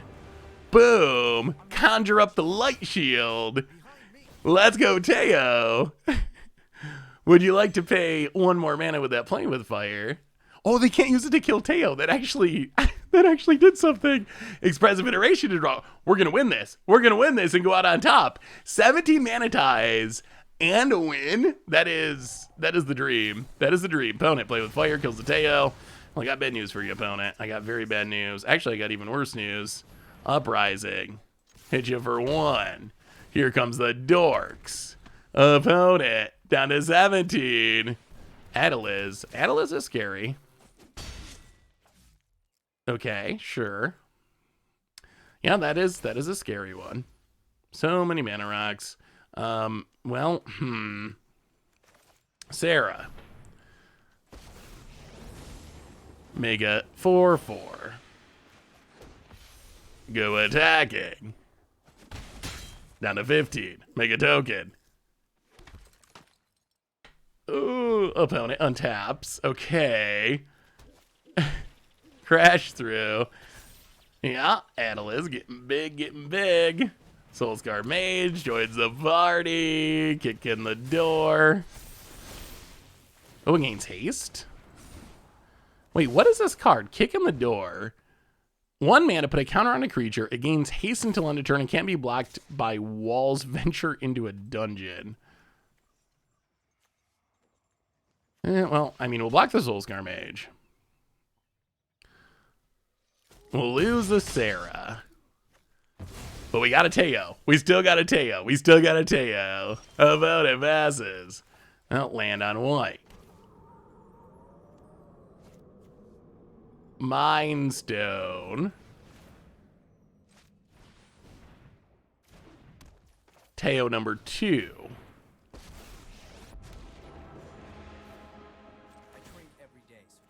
Grow the light shield. Hit ya. Opponent. Down to 6. Token. Oh my god. 12. So close. So close. Opponent. Oh. Play with fire. Sure. Pumps the dorks. And. Flame Blast Bolt. Sure. Pumps the dorks. And. Attacks with both. Well, we will chomp. Are we going to win with Uprising? Wizard's Lightning. Pumps the dorks. Wizard's Lightning. Oh, I think we can do it. I think we can win with Uprising. We dropped to 4. Take 1,000,000 damage. Wow. How many? 10? 11. 12. 12. No attacks. 13. Yes. And that's how we do it. Wow. Oh my goodness. Well, what did we learn? What did we learn about these decks today? And we learned that they were pretty good at Mana Tithing. We got a lot of Mana Tithes. We got many Mana Tithes, which I think is, that part was pretty sweet. We did a good job with the Mana Tithing. We did not do the best job with our record wise, little bit sketchy, I would say, with both of these decks. I do think that the Aristocrat deck has potential. Like, I think it has potential, and we just like didn't necessarily run super well all the time. But this deck, it's really wonky. It is definitely a Platinum Mythic Rank player special. It could use a lot of tuning, but the concept is sweet. I don't know about Selesnya and Uprising. It was nice that we actually got the kill with it. Outlaw's Merriment felt like the better version of it. Teo, I don't know if Teo's good in this deck, but maybe Teo is, I don't know, like it did do some things. Maybe we could build this Teo deck. I'm definitely intrigued by the possibility of Sarah the Benevolent. The emblem was huge in some of the games that we won, so I think building all in on the Worship emblem could be good. Most importantly, we set the record over the course of the stream. We got 17 Mana Tithes, which, correct me if I'm wrong, but I'm pretty sure that is the most we've gotten by a significant margin. So anyway, everyone, I think that brings us to the end of our stream for today. Is there no 5-year badge? I'm actually gonna have to check. It might be that when we put the badges in, everyone was at like a year, and we didn't even think far enough ahead to 5 years in the future. And now here we're at, now we're there. We're at the 5-year mark. So I think maybe we might need more badges. I think that after you get to a certain point, there's just one like ultimate badge, and that's the last one. But maybe we need to see about adding more of them. But on that note, everyone, I believe that brings us to the end of our stream for today. So we'll be back on Thursday night to have some more fun. On the way out the door, reminders, replay YouTube. That's where we find the old streams. Normal YouTube, tons of stuff going out on there. One more shout out to our awesome sponsor, Card Kingdom. If you need some magical cards, you can get them at cardkingdom.com. Even get a free goldfish sticker. Let them know you want one in your order notes. Most importantly, thank you to all of you. Seriously, y'all are amazing. Thanks for hanging out this afternoon with the wins and the losses and the punts and the Mana Tithes. I love y'all. Have a great night. Have a great Wednesday. I'll see you on Thursday for some more fun. So until then, have a great one, everyone. I love y'all, and I will talk to you soon.